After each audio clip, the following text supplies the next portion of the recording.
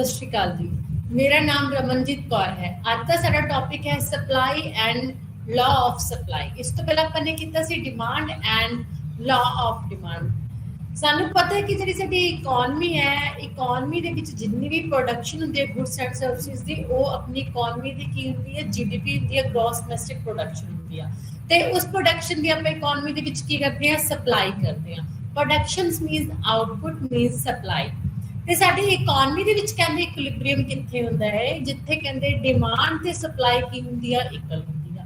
ਤੇ ਡਿਮਾਂਡ ਦੇ ਬਾਰੇ ਆਪਾਂ ਨੇ ਪੜ੍ਹਿਆ ਸੀ ਕਿ ਡਿਮਾਂਡ ਕੀ ਹੈ, ਕਹਿੰਦੇ ਕਿਸੇ ਨਿਸ਼ਚਿਤ ਸਮੇਂ ਦੇ ਵਿੱਚ ਕਹਿੰਦੇ ਕਿਸੇ ਨਿਸ਼ਚਿਤ ਪ੍ਰਾਈਸ ਤੇ ਜਦੋਂ ਕਹਿੰਦੇ ਕਿਸੇ ਵਸਤੂ ਦੀ ਮੰਗ ਕੀਤੀ ਜਾਂਦੀ ਹੈ ਤਾਂ ਉਸ ਮੰਗੀ ਗਈ ਮਾਤਰਾ ਨੂੰ ਕੀ ਕਹਿੰਦੇ ਆ, ਡਿਮਾਂਡ ਕਹਿੰਦੇ ਆ। ਇਸੇ ਤਰ੍ਹਾਂ ਹੀ ਸਪਲਾਈ ਦੇਖਾਂਗੇ। ਸਪਲਾਈ ਦਾ ਕੀ ਮਤਲਬ ਹੈ कि किसी निश्चित समय ते जदों एक निश्चित प्राइस ते एक जिहड़ा विक्रेता है ओहदे द्वारा बेची गई वस्तु नूं की कहने आ, सप्लाई कहने आ, जां फिर बेचण दे लई जिहड़ी वस्तु की कीती जावे, पेश कीती जावे, दैट इज अ सप्लाई। अज असीं करांगे supply and law of supply. सब तो पहला देखदे आ पूर्ति मीन सप्लाई की है। सप्लाई आपां कहंदे किहनूं आ, तां कहंदे सप्लाई मीनस जिवें जो भी अपने कोल आउटपुट है, प्रोडक्शन है, जो भी कहते प्रोड्यूसर्स या फर्म्स की करदियां ने, तां ओह की करदियां ने सानू जिहड़ियां साडी नैसेसिटी ने, साडी वांट्स ने, उन्हां नूं पूरा करदियां ने। तां with the help of supply आपां सप्लाई दे जिहड़ी गुड्स दी सप्लाई कीती जांदी है उन्हां दी ही आपां डिमांड करदे हां ते अपनी जरूरतां नूं उन्हां नूं की करदे हां, पूरा करदे हां। तां फर्मां दा मेन एम की हुंदा है, प्रोडक्शन करन दा, आउटपुट करन दा, प्रॉफिट गेन करना। ते साडा मेन एम की हुंदा है कि असी इस तरह उस सप्लाई को यूज करिए जिस तो साडियां जिहड़ियां नीड्स वांट्स पूरीआं हो सकन ते सानू की मिले, मैक्सिमम सैटिस्फैक्शन मिले। तद पूर्ति कह सकदे आपां। पूर्ति किसी वस्तु दी ओह मात्रा है जिसनूं विक्रेता एक मिथी कीमत ते अते एक मिथे समय विच बेचण दे लई तैयार हुंदा है।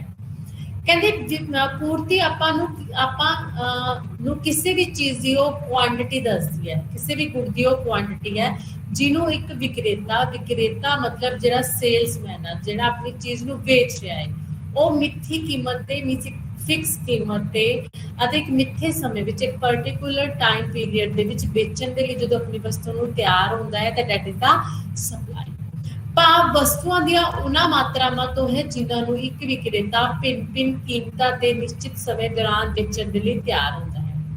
कहते वस्तुओं दियां उन्हां मात्रावां, वस्तुओं दे मीनस डिफरेंट क्वांटिटीज तो लिया गया दा भाव जिन्हां नूं कहते जिहड़ा एक सेल्समैन है वो भिन्न कीमतां ते डिफरेंट कीमतां ते बेचण दे लई तैयार हुंदा है। जिस तरह मांग की हुंदी है, सानूं मांग दसदी है कि भिन्न कीमतां ते जिहड़ा अपना खरीददार है वो किस तरह वस्तुओं की मांग करेगा, भिन्न क्वांटिटीज की मांग करेगा। उसी तरह ਵੱਖ-ਵੱਖ कीमतां ते एक निश्चित समय दे विच जिहड़ा अपना विक्रेता है वो कीमतां नूं देखदे हुए ਵੱਖ-ਵੱਖ मात्रावां ने जिहड़ियां उन्हां नूं की करेगा, उन्हां दी सप्लाई करेगा, उन्हां नूं बेचण दे लई तैयार होवेगा। तो दैट इज द सप्लाई।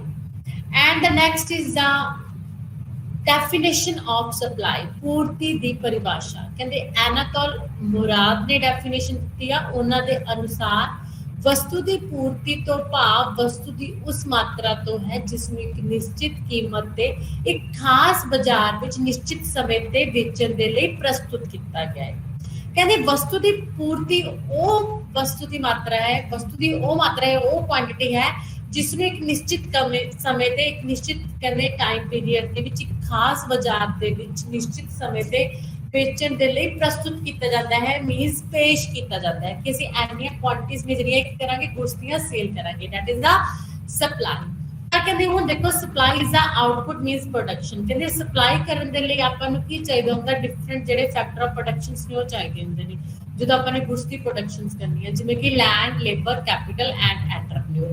ਇਹ ਜਿਹੜੇ ਇਹ 4 ਫੈਕਟਰ ਆਫ ਪ੍ਰੋਡਕਸ਼ਨਸ ਨੇ, ਆਪਾਂ ਇਹਨਾਂ ਦੀ ਕੀ ਕਰਦੇ ਆ, पेमेंट करते हैं, इन्हां दे बदले पेमेंट्स करते हैं। जिवें कि आपां लेबर के बदले वेजिस दिंदे आ ते अपना लैंड के बदले रेंट दिंदे आ, इंटरस्ट के बदले कैपिटल एंड एंटरप्रेन्योर नूं प्रॉफिट जांदा है। तां इन्हां दी क्योंकि कॉस्ट ऑफ प्रोडक्शन होगी तो जिहड़ी अपनी सप्लाई होंदी है कॉस्ट ऑफ प्रोडक्शन ते भी डिपेंड करती है। ठीक है, क्योंकि प्रोडक्शन करने दे लई, आउटपुट करने दे लई साडी है जो प्रोड्यूसर्स फर्म ओहदी की होंदी आ, कॉस्ट आउंदी आ।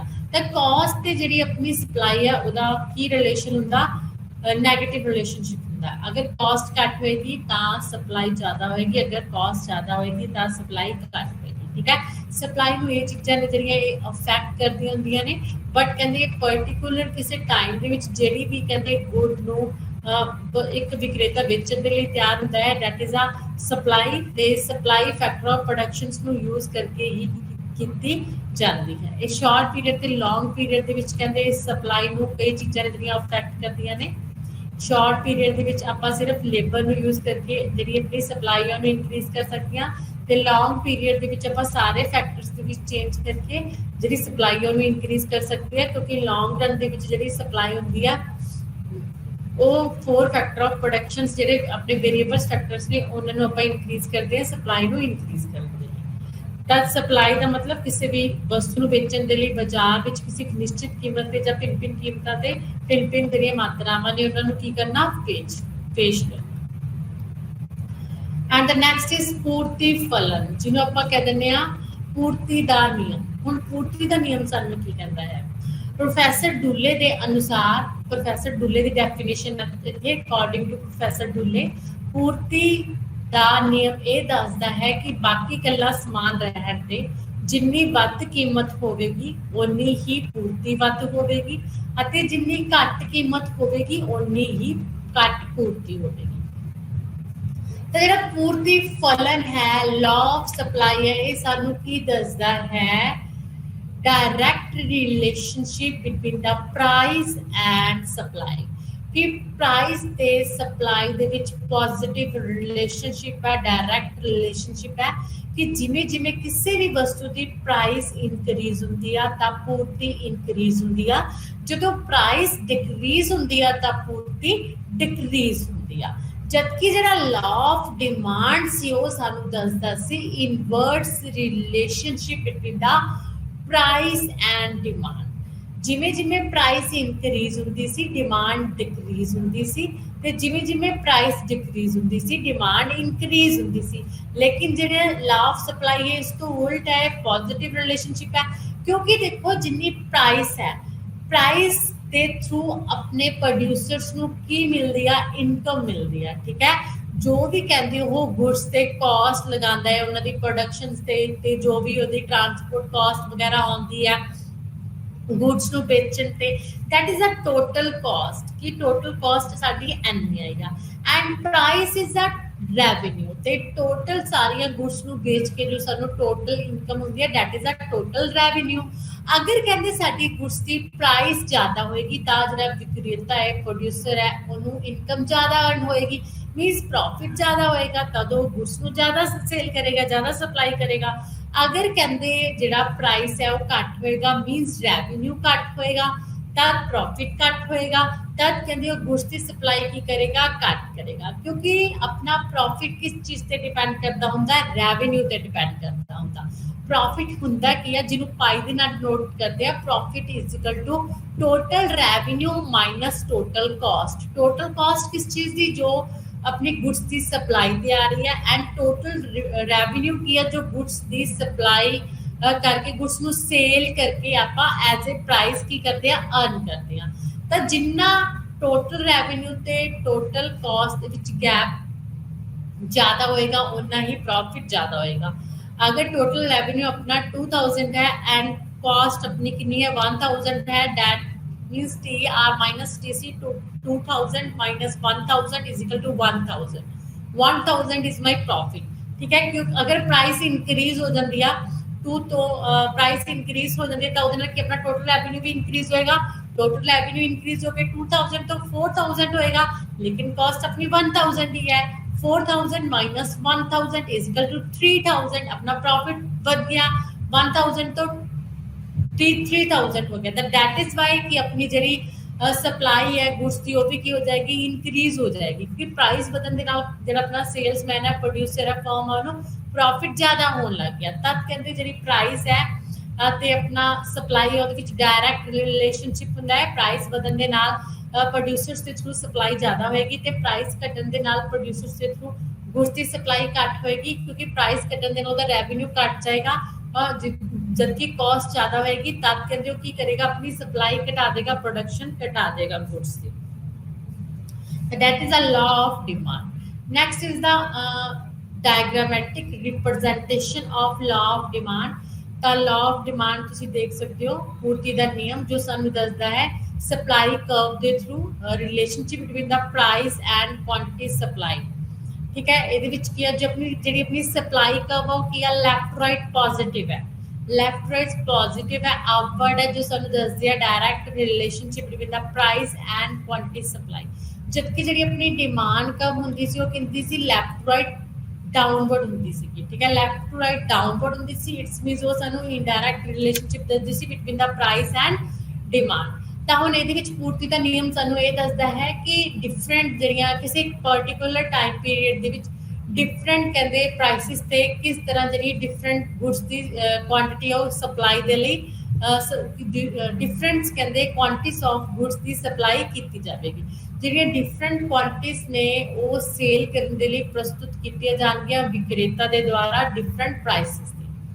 ਠੀਕ ਹੈ, ਤਾਂ ਤੁਸੀਂ ਇਸ ਡਾਇਗਰਾਮ ਦੇ ਵਿੱਚ ਦੇਖ ਸਕਦੇ ਹੋ ਉਹ ਐਕਸ ਅਕਸ਼ ਤੇ ਕੁਆਂਟੀਟੀ ਸਪਲਾਈਡ ਇਨ ਕਿਲੋਗ੍ਰਾਮਸ ਲਿੱਤੀ ਹੋਈ ਹੈ ਕਿ ਐਨੀ ਕੁਆਂਟੀਟੀ ਦੀ ਸਪਲਾਈ ਹੋ ਰਹੀ ਹੈ ਐਂਡ ਉਹ ਵਾਈ ਐਕਸਿਸ ਤੇ price of rice KG kilogram से लिता है।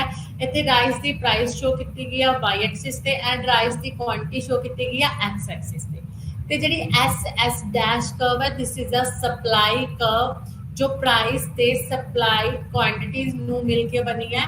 ठीक है, ये डिफरेंट जेडे अपने पॉइंट्स ने A B C D E F G जो सानू सप्लाई दियां डिफरेंट जेडियां क्वांटिटीज ने डिफरेंट प्राइसेस ते की कर रही ने शो कर रही। The supply curve left right upward है पॉजिटिव है एस तो एस डैश ਤੇ ਇਹਦੇ ਵਿੱਚ ਤੁਸੀਂ ਦੇਖ ਸਕਦੇ ਹੋ ਕਿ ਜਦੋਂ ਪ੍ਰਾਈਸ 10 ਸੀਗਾ ਤਾਂ ਰਾਈਸ ਦਾ ਪ੍ਰਾਈਸ 10 ਰੁਪਏ ਸੀਗਾ ਤਦ ਆਪਾਂ ਰਾਈਸ ਦੀਆਂ 5 ਜਿਹੜੀਆਂ 5 ਕਿਲੋਗ੍ਰਾਮ ਰਾਈਸ ਬਾਈ मतलब ਸੇਲ ਕਰਨ ਦੇ ਲਈ ਪੇਸ਼ ਕੀਤੇ ਜਾਂਦੇ ਸੀਗੇ। ਆਪਣਾ ਜਿਹੜਾ ਪ੍ਰੋਡਿਊਸਰ ਸੀਗਾ ਫਰਮ ਸੀਗੀਆਂ ਉਹ 5 ਕਿਲੋਗ੍ਰਾਮ ਜਿਹੜੇ ਆਪਣੇ ਰਾਈਸ ਸੀਗੇ ਉਹਨਾਂ ਦੀ ਸਪਲਾਈ ਕਰਦੇ ਸੀ। जो कहते प्राइस इंक्रीज हो गया 10 to 11 हो गया। ठीक है, तो 11 होने दे नाल प्राइस इंक्रीज हो गया राइस का, तो क्वांटिटी भी सप्लाई दे लिए इंक्रीज हो जाएगी।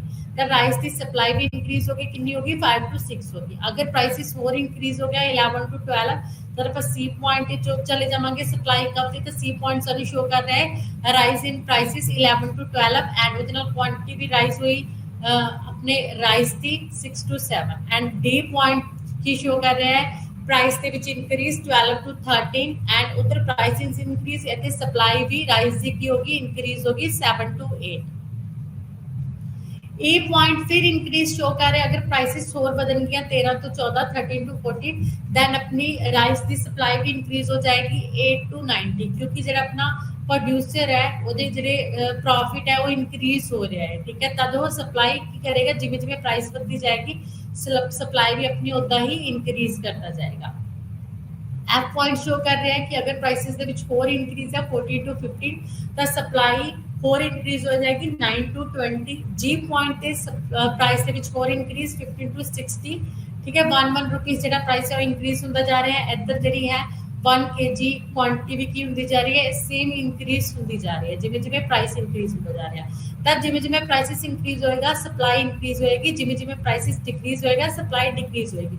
तो तुसी डाउनवर्ड भी देख सकते हो सप्लाई के विच डिक्रीज की पहला जी पॉइंट सी जी तो बाद हम एफ पॉइंट पे पहुंच गए मींस अपने प्राइसेस से डिक्रीज होके 16 to 15 रह गए। अगर प्राइसेस डिक्रीज हो जाएंगे तो अपनी जी सप्लाई ऑफ राइस होगी की हो जाएगी डिक्रीज हो जाएगी 11 to 10 रह जाएगी।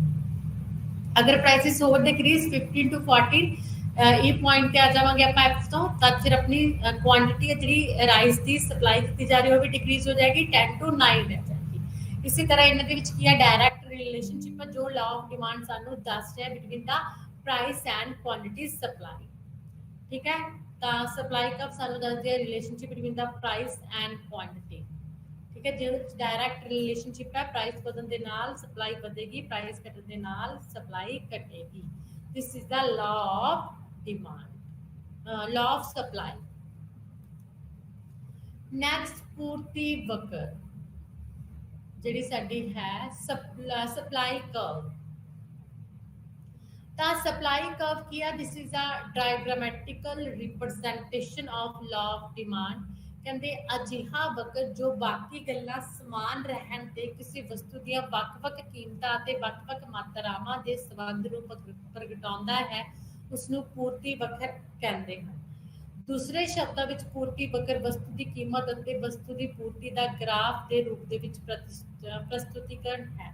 ਕਹਿੰਦੇ ਜਦੋਂ ਆਪਾਂ ਪੂਰਤੀ ਵਕਰ ਕੀ ਹੁੰਦਾ ਹੈ, ਜਦੋਂ ਵਸਤੂ ਦੀ ਕੀਮਤ ਅਤੇ ਜਿਹੜੀ ਪੂਰਤੀ ਹੈ ਉਹਨੂੰ ਆਪਾਂ ग्राफिकल रिप्रेजेंट करते हैं, ठीक है, ग्राफिकल वे दे नाल। तां that is a supply curve. दा सप्लाई कर्व सानू की दसदा है कि बाकी गल्लां समान रहन ते जिवें कि अदर थिंग्स ने जिवें कि कॉस्ट हो गई, टैक्सेस हो गई, जिहड़ियां अपनी सप्लाई नू अफेक्ट करते ने, तां ओह बाकी गल्लां समान रहन ते जदों किसी वस्तु दी कीमत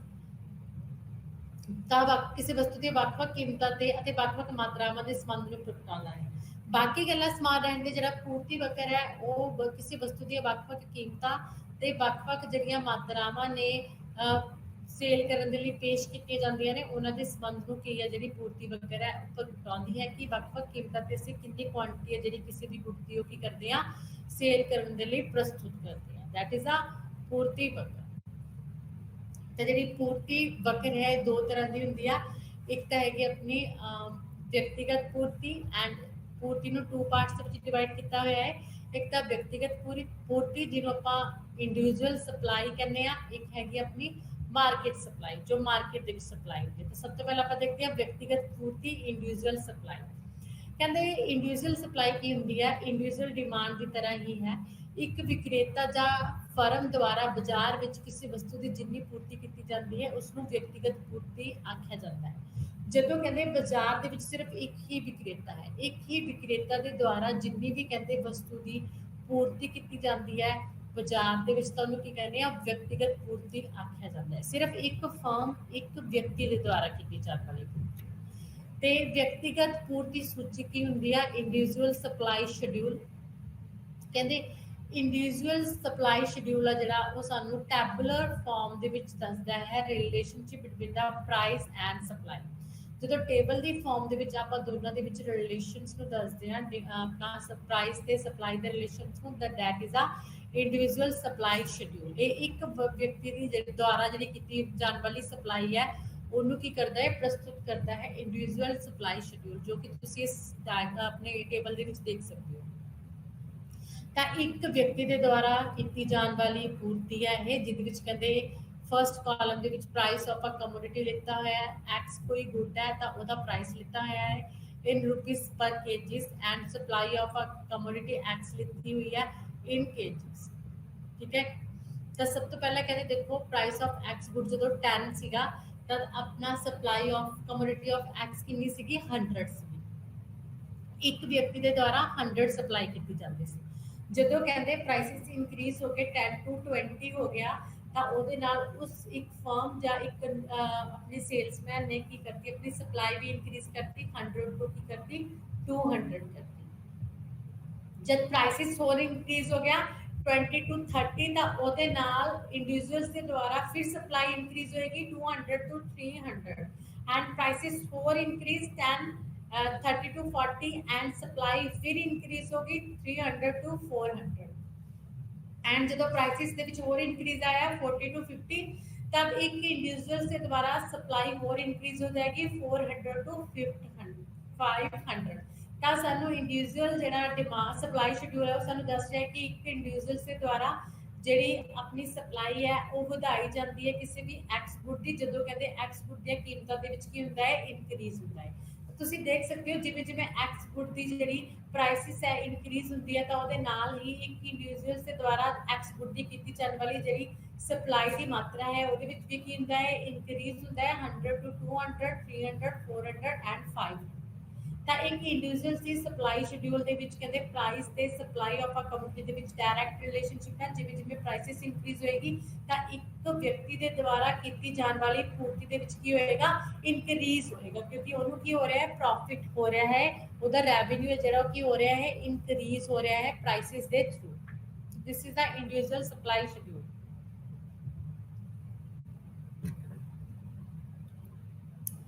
next is the individual supply curve. ਤਾਂ ਜਿਹੜੀ ਇੰਡੀਵਿਜੂਅਲ ਸਪਲਾਈ ਕਰਵ ਹੈ, ਇਹ ਜਿਹੜਾ ਆਪਣਾ ਇੰਡੀਵਿਜੂਅਲ ਸਪਲਾਈ ਸ਼ਡਿਊਲ ਸੀਗਾ, ਟੈਬੂਲਰ ਫਾਰਮ ਸੀਗੀ, ਉਹਦੀ ਕੀ ਆ ਗ੍ਰਾਫਿਕ ਰਿਪਰੈਜ਼ੈਂਟੇਸ਼ਨ ਹੈ। ਜੇ ਉਸੇ ਆਪਾਂ ਡਾਇਗਰਾਮ ਟੇਬਲ ਨੂੰ ਕਰਵ ਦੇ ਰੂਪ ਦੇ ਵਿੱਚ ਪੇਸ਼ ਕਰੀਏ ਤਾਂ this is the individual supply curve, ਜੋ ਸਾਨੂੰ ਦੱਸਦੀ ਹੈ relationship between the price and quantity supply in the graphic way. ਠੀਕ ਹੈ, ਤਾਂ ਇਸ ਦੇ ਵਿੱਚ ਤੁਸੀਂ ਦੇਖ ਸਕਦੇ ਹੋ ਵਿਅਕਤੀਗਤ ਪੂਰਤੀ ਵਗੈਰਾ ਜਿਹੜਾ ਉਹ ਇੱਕ ਵਿਅਕਤੀ ਦੇ ਦੁਆਰਾ ਕੀਤੀ ਗਈ ਪੂਰਤੀ ਤੇ ਪ੍ਰਾਈਸ ਦੇ ਰਿਲੇਸ਼ਨ ਨੂੰ ਦੱਸ ਰਿਹਾ ਹੈ ਕਿ ਡਿਫਰੈਂਟ ਪ੍ਰਾਈਸਿਸ ਤੇ ਕਿਵੇਂ ਇੱਕ ਵਿਕਰੇਤਾ ਹੈ ਜਿਹੜਾ ਉਹ ਡਿਫਰੈਂਟ ਕੁਆਂਟੀਟੀਜ਼ ਨੇ ਜਿਹੜੀਆਂ ਕਿਸੇ ਐਕਸਪੋਰਟ ਦੀਆਂ ਕੀ ਕਰੇਗਾ, ਸਪਲਾਈ ਕਰੇਗਾ। ਤਾਂ ਇਹਦੇ ਵਿੱਚ ਤੁਸੀਂ ਦੇਖ ਸਕਦੇ ਹੋ ਇੰਡੀਵਿਜੂਅਲ ਸਪਲਾਈ ਕਰਵ, ਉਹ ਐਕਸ ਅਕਸ਼ ਤੇ ਇਹਨਾਂ ਨੇ ਕੁਆਂਟੀਟੀ ਸਪਲਾਈਡ ਇਨ ਯੂਨਿਟਸ ਲਿੱਤੀ ਹੋਈ ਹੈ ਐਂਡ ਉਹ ਬਾਈ ਤੇ ਪ੍ਰਾਈਸ ਇਨ ਰੁਪੀਸ ਲਿੱਤਾ ਹੋਇਆ ਹੈ। ਜਿਹੜੀ ਐਸਐਸ ਕਰਵ ਹੈ ਇਹ ਕੀ ਆਪਣੀ supply curve positive supply curve ਹੈ, ਜਿਹੜੀ ਕਿੱਥੋਂ ਸਟਾਰਟ ਹੋ ਰਹੀ ਹੈ, ओरिजिन मीन्स जीरो तो स्टार्ट हो रही है।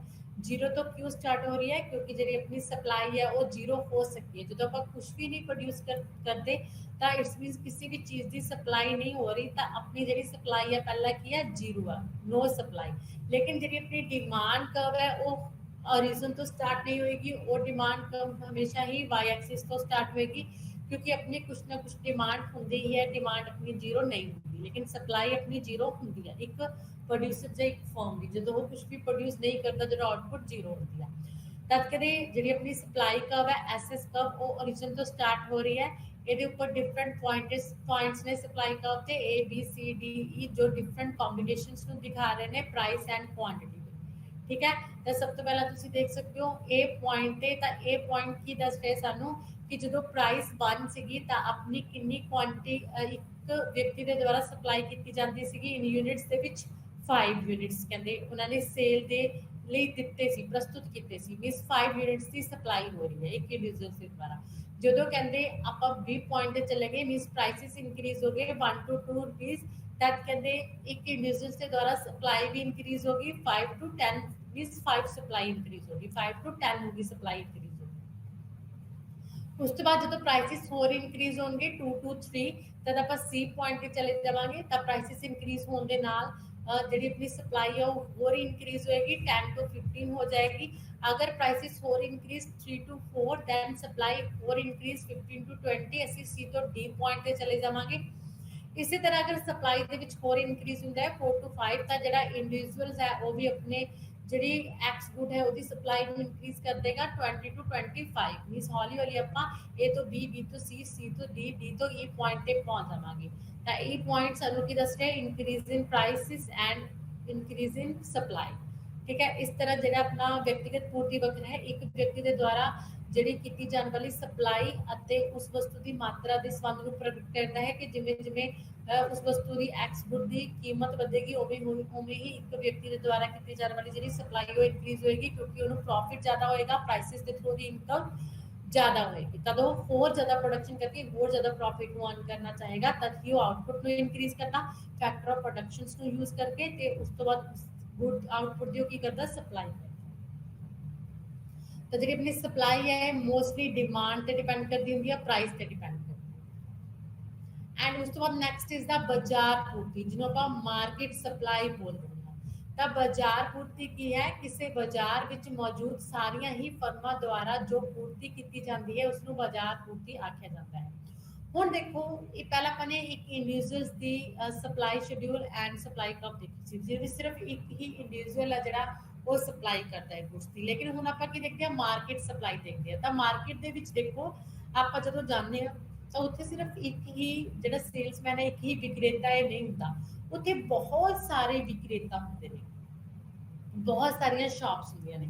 तद कहंदे उन्हां सारे जिहड़े विक्रेता ने उन्हां दे द्वारा सारिया फर्मां दे द्वारा टोटल सप्लाई किन्नी कीती जांदी है, that is the market supply. तो मार्केट के जिन्ने भी फर्म्स ने जो आप उन्होंने सारे की सप्लाई का टोटल करांगे that is the market supply, उसनों बाजार पूर्ति आख्या जाता है कि मार्केट के टोटल गुड्स की सप्लाई कितनी हो रही है एनी हो रही है। तो वो firm A plus firm B plus firm C जिन्हें भी फर्म्स ने उन्होंने सब की सप्लाई का जो आप टोटल करांगे सम अप करांगे तद आपको जी मार्केट सप्लाई हो मिल जाए।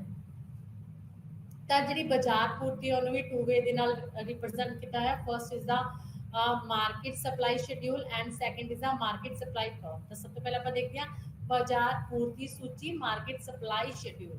ਕਹਿੰਦੇ ਜਿਹੜਾ ਮਾਰਕੀਟ ਸਪਲਾਈ ਸ਼ਡਿਊਲ ਹੈ ਉਹ ਸਾਨੂੰ ਦੱਸਦਾ ਹੈ relationship between the price and total quantity supply जी टोटल क्वांटिटी सप्लाई की जाती है डिफरेंट फॉर्म्स के द्वारा A B and C forms के द्वारा। ठीक है, तो ये टैबलर फॉर्म के प्रेजेंट करता है relationship between the price and supply of the total supply in the market की मार्केट के टोटल गुड्स की सप्लाई कितनी हो रही है डिफरेंट प्राइसिस पे। ठीक है, तो सपोज इस टैबलर फॉर्म के टेबल के सपोज किया गया है कि मार्केट के सिर्फ 3 कंज्यूमर्स अपने 3 किने विक्रेता ने 3 सेल्समैन ने 3 फर्म्स ने seller A seller B and seller C. अगर आप सिर्फ सैलर ए की सप्लाई की गल करिए तो this is a individual supply का। लेकिन अगर आप मार्केट सप्लाई की गल करते तो मार्केट के 3 की ने अपने सप्लायर ने 3 की ने अपने फर्म्स ने ਤਾਂ ਆਪਾਂ ਇਹਨਾਂ ਤਿੰਨਾਂ ਦੀ ਸਪਲਾਈ ਦਾ ਕੀ ਕਰਾਂਗੇ ਟੋਟਲ ਕਰਾਂਗੇ A + B + C। ਜਦੋਂ ਤਿੰਨਾਂ ਦੀ ਸਪਲਾਈ ਦਾ ਟੋਟਲ ਕਰ ਦਵਾਂਗੇ that is the total supply in the market. ਸਾਨੂੰ ਪਤਾ ਲੱਗ ਜਾਏਗਾ ਕਿ ਸਾਡੀ ਮਾਰਕੀਟ ਦੇ ਵਿੱਚ ਟੋਟਲ ਗੁੱਡਸ ਦੀ ਕੀ ਆ ਐਨੀ ਸਪਲਾਈ ਹੈ। ਤਾਂ ਤੁਸੀਂ ਇਸ ਦੇ ਵਿੱਚ ਦੇਖ ਸਕਦੇ ਹੋ ਪ੍ਰਾਈਸ ਆਫ ਅ ਕਮੋਡਿਟੀ। ਕਹਿੰਦੇ ਮਾਰਕੀਟ ਦੇ ਵਿੱਚ ਵੀ ਡਿਫਰੈਂਟ ਪ੍ਰਾਈਸਿਸ ਤੇ ਜਿਹੜੀ ਆਪਣੀ ਮਾਰਕੀਟ ਸਪਲਾਈ ਹੈ ਉਹ ਡਿਫਰੈਂਟ ਕੁਆਂਟੀਟੀ ਜਿਹੜੀਆਂ ਸੇਲ ਦੇ ਲਈ ਪ੍ਰਸਤੁਤ ਕੀਤੀਆਂ ਜਾਂਦੀਆਂ ਨੇ। ਤਾਂ price of a commodity in rupees ਦੇ ਵਿੱਚ ਦਿੱਤੀ ਹੋਈ ਸਾਨੂੰ ਕੁਆਂਟੀਟੀ ਸਪਲਾਈਡ ਇਨ ਕਿਲੋਗ੍ਰਾਮ से ਦਿੱਤੀ ਹੋਈ ਹੈ seller A seller B and seller C individuals ਦੇ through and market supply curves means total supply curves ਦਿਖਾਈ ਹੋਈ ਹੈ ਮਾਰਕੀਟ ਦੀ ਸਪਲਾਈ ਕਰਵ। ਸਭ ਤੋਂ ਪਹਿਲਾਂ ਤੁਸੀਂ ਦੇਖ ਸਕਦੇ ਹੋ ਕਿ ਜਦੋਂ ਪ੍ਰਾਈਸ 10 ਸੀਗਾ ਉਦੋਂ ਜਿਹੜਾ ਮਾਰਕੀਟ ਵਿੱਚ ਸੈਲਰ A ਸੀਗਾ ਉਹ 100 ਕੁਆਂਟੀਟੀ ਦੀ ਸਪਲਾਈ ਕਰ ਰਿਹਾ ਸੀ, B ਸੈਲਰ 200 ਕੁਆਂਟੀਟੀਜ਼ ਦੀ ਸਪਲਾਈ ਕਰ ਰਿਹਾ ਸੀ ਐਂਡ C ਸੈਲਰ ਆ ਜਿਹੜੀ ਉਹ ਸਪਲਾਈ ਕਿੰਨੀ ਕਰ ਰਿਹਾ ਸੀ 300 ਕਰ ਰਿਹਾ ਸੀ। ਤਾਂ ਟੋਟਲ ਮਾਰਕੀਟ ਦੇ ਵਿੱਚ ਸਪਲਾਈ ਕਿੰਨੀ ਹੁੰਦੀ ਆ 100 + 200 + 300 ਮੀਨਸ 600। ਤਾਂ 600 ਕੀ ਆ ਆਪਣੀ ਮਾਰਕੀਟ ਦੇ ਵਿੱਚ ਟੋਟਲ ਕੀ ਆ ਸਪਲਾਈ ਆਫ ਗੁੱਡਸ ਹੈ। ਤਾਂ ਜਦੋਂ ਪ੍ਰਾਈਸਿਸ ਇੰਕਰੀਜ਼ ਹੁੰਦੇ ਨੇ ਮਾਰਕੀਟ ਦੇ ਵਿੱਚ 10 to 20 ਹੋ ਜਾਂਦੇ ਨੇ। ਠੀਕ ਹੈ, ਤਾਂ ਪ੍ਰਾਈਸਿਸ ਇੰਕਰੀਜ਼ ਹੋਣ ਦੇ ਨਾਲ ਜਿਹੜਾ A ਸੈਲਰ ਹੈ ਉਹਨੂੰ ਵੀ ਪ੍ਰੋਫਿਟ ਹੋਏਗਾ, B ਨੂੰ ਵੀ, C ਨੂੰ ਵੀ, ਤੇ ਮਾਰਕੀਟ ਦੇ ਵਿੱਚ ਵੀ ਪ੍ਰੋਫਿਟ ਹੋਏਗਾ ਤੇ ਟੋਟਲ ਸਪਲਾਈ ਵੀ ਇੰਕਰੀਜ਼ ਹੋਏਗੀ।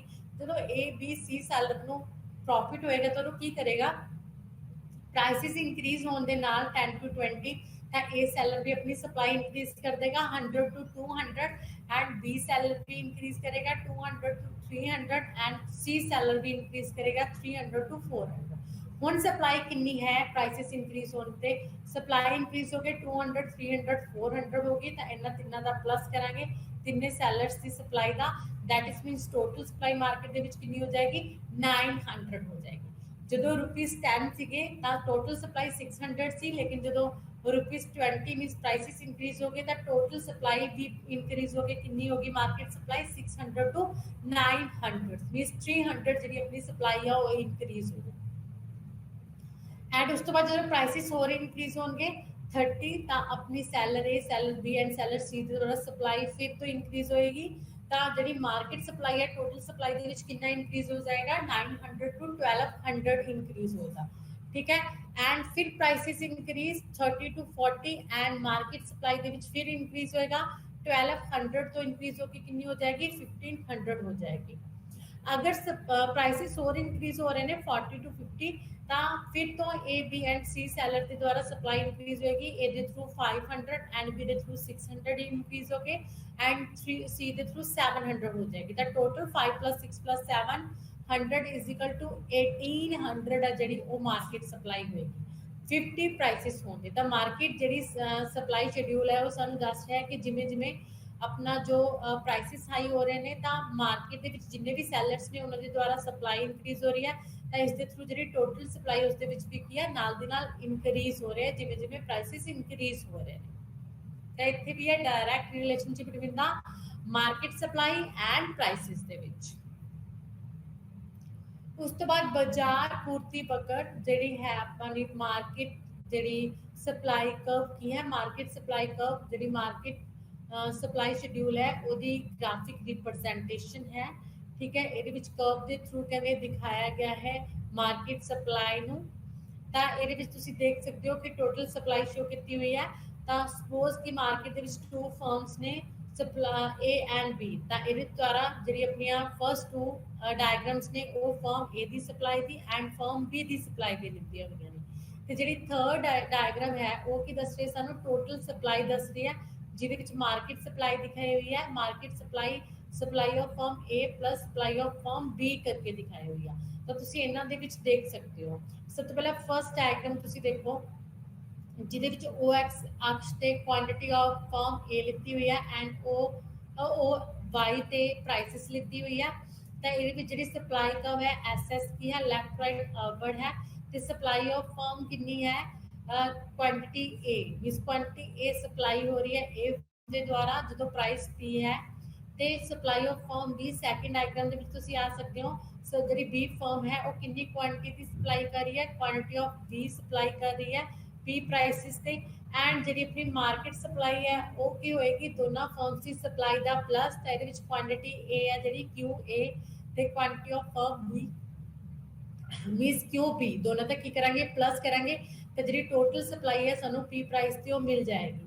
ਤਾਂ ਕਿ ਜਿਹੜੀ ਆਪਣੀ ਥਰਡ डायग्राम है और भी ਤੁਸੀਂ ਦੇਖ ਸਕਦੇ ਹੋ प्राइसेस सेम है पी है, लेकिन मार्केट सप्लाई की है quantity of supply of firm A plus supply of firm B means किया पी की है प्राइस होने ते कहते मार्केट सप्लाई की है quantity of firm A plus quantity of firm B means total supply कितनी है quantity of A plus quantity of B. Total supply market ਦੇ ਵਿੱਚ ਇੰਨੀ है, ਜਦੋਂ ਦੋਨੋਂ ਫਰਮਸ ਦੀ ਆਪਣਾ ਸਪਲਾਈ ਦਾ ਪਲੱਸ ਕਰਾਂਗੇ ਤਾਂ ਆਪਣੀ ਕੁਆਂਟੀਟੀ ਇੰਕਰੀਜ਼ ਹੋ ਜਾਏਗੀ। ਥਰਡ डायग्राम ਦੇ ਵਿੱਚ ਹੈ ਜਿਵੇਂ ਕਿ ਦੋਨਾਂ ਦੀ ਦਾ ਪਲੱਸ ਕਰਕੇ ਦੋਨਾਂ ਦੀ ਸਪਲਾਈ ਦਾ ਤਾਂ ਟੋਟਲ ਸਪਲਾਈ ਆਪਾਂ ਨੂੰ ਦਿਖ ਜਾਏਗੀ, ਮਾਰਕੀਟ ਸਪਲਾਈ ਆਪਾਂ ਨੂੰ ਦਿਖ ਜਾਏ। ਐਂਡ ਦ ਨੈਕਸਟ ਇਜ਼ ਪੂਰਤੀ ਵਿੱਚ ਪਰਿਵਰਤਨ ਅਤੇ ਪੂਰਤੀ ਦੇ ਵਿੱਚ ਤਬਦੀਲੀ। ਦੇਖੋ ਜਿਸ ਤਰ੍ਹਾਂ ਆਪਾਂ ਨੇ ਕੀਤਾ ਸੀਗਾ ਕਿ ਡਿਮਾਂਡ ਕਰਵ ਦੇ ਵਿੱਚ extension and contraction and increase and decrease, ਇਸੇ ਤਰ੍ਹਾਂ ਕਹਿੰਦੇ ਜਿਹੜੀ ਆਪਣੀ ਸਪਲਾਈ ਕਰਵ ਹੈ ਉਹਦੇ ਵਿੱਚ ਵੀ ਚੇਂਜ ਹੁੰਦਾ ਹੈ, ਸਪਲਾਈ ਕਰਵ ਵੀ ਸ਼ਿਫਟ ਹੁੰਦੀ ਆ। ਤਾਂ ਕਹਿੰਦੇ ਸਪਲਾਈ ਦਾ ਸ਼ਿਫਟ ਹੋਣਾ ਕਿਵੇਂ ਕਿਉਂ ਹੁੰਦਾ ਹੈ, ਤਾਂ ਪੂਰਤੀ ਵਿੱਚ ਪਰਿਵਰਤਨ ਅਤੇ ਪੂਰਤੀ ਵਿੱਚ ਤਬਦੀਲੀ ਦੇਖਾਂਗੇ ਆਪਾਂ। ਸਭ ਤੋਂ ਪਹਿਲਾਂ ਦੇਖੋ ਪੂਰਤੀ ਵਿੱਚ ਪਰਿਵਰਤਨ, ਪੂਰਤੀ ਵਿੱਚ ਪਰਿਵਰਤਨ ਦੇ ਵਿੱਚ ਕੀ ਹੋਏਗਾ, ਪੂਰਤੀ ਜਿਹੜੀ ਆਪਣੀ ਚੇਂਜ ਹੋਏਗੀ, ਪੂਰਤੀ ਦਾ ਜਾਂ ਤਾਂ ਵਿਸਥਾਰ ਹੋਏਗਾ ਜਾਂ ਫਿਰ ਪੂਰਤੀ ਦਾ ਕੀ ਹੈ ਸੰਕੁਚਨ ਹੋਏਗਾ। Extension in supply and contraction in supply होएगी। एंड पूर्ति विच तब्दीली की होएगी, अपनी ਜਿਹੜੀ सप्लाई कर्व है वो शिफ्ट हो जाएगी अपवर्ड या डाउनवर्ड। ਇਹਦੇ ਵਿੱਚ ਕੀ ਹੋਏਗਾ increase in supply and decrease in supply होएगा। ਤਾਂ ਦੇਖਦੇ ਹਾਂ ਕਿ ਆਪਣੀ ਸਪਲਾਈ ਦੇ ਵਿੱਚ ਚੇਂਜ ਕਿਸ ਤਰ੍ਹਾਂ ਹੋਏਗਾ, ਸਪਲਾਈ ਦੇ ਵਿੱਚ ਪਰਿਵਰਤਨ ਕਿਸ ਤਰ੍ਹਾਂ ਹੋਏਗਾ। ਸਭ ਤੋਂ ਪਹਿਲਾਂ ਆਪਾਂ ਦੇਖਦੇ ਹਾਂ ਪੂਰਤੀ ਵਿੱਚ ਪਰਿਵਰਤਨ, ਠੀਕ ਹੈ, extension and contraction in supply. ਤਾਂ ਪੂਰਤੀ ਵਿੱਚ ਪਰਿਵਰਤਨ ਕੀ ਹੁੰਦਾ ਹੈ, ਕਹਿੰਦੇ ਪੂਰਤੀ ਵਿੱਚ ਪਰਿਵਰਤਨ ਉਦੋਂ ਮੰਨਿਆ ਜਾਂਦਾ ਹੈ ਜਦੋਂ ਕਹਿੰਦੇ ਕਿਸੇ ਵੀ ਇਹ ਸਾਨੂੰ ਪੂਰਤੀ ਵਿੱਚ ਪਰਿਵਰਤਨ ਕੀ ਦੱਸ ਰਹੀ ਹੈ, relationship between the price and supply. ਕਹਿੰਦੇ ਜਦੋਂ ਬਾਕੀ ਗੱਲਾਂ ਸਮਾਨ ਰਹਿਣ ਤੇ ਜੋ ਸਪਲਾਈ ਨੂੰ ਅਫੈਕਟ ਕਰਦੀਆਂ ਨੇ, ਮਤਲਬ ਉਹ ਗੱਲਾਂ ਕਨਸਟੈਂਟ ਰਹਿਣ ਤੇ ਉਹਨਾਂ ਦੇ ਵਿੱਚ ਜਦੋਂ ਕੋਈ ਵੀ ਪਰਿਵਰਤਨ ਨਹੀਂ ਆਉਂਦਾ, ਸਿਰਫ ਕਹਿੰਦੇ ਵਸਤੂ ਦੀ ਪ੍ਰਾਈਸ ਦੇ ਵਿੱਚ ਚੇਂਜ ਹੋਣ ਦੇ ਨਾਲ ਜਦੋਂ ਪੂਰਤੀ ਚੇਂਜ ਹੁੰਦੀ ਹੈ ਦੈਟ ਇਜ਼ ਆ ਪੂਰਤੀ ਵਿੱਚ ਪਰਿਵਰਤਨ। ਤਾਂ ਆਪਾਂ ਉਹਨੂੰ ਕੀ ਕਹਿ ਦਿੰਦੇ ਆ, ਪੂਰਤੀ ਵਿੱਚ ਪਰਿਵਰਤਨ ਕਹਿ ਦਿੰਦੇ ਆ।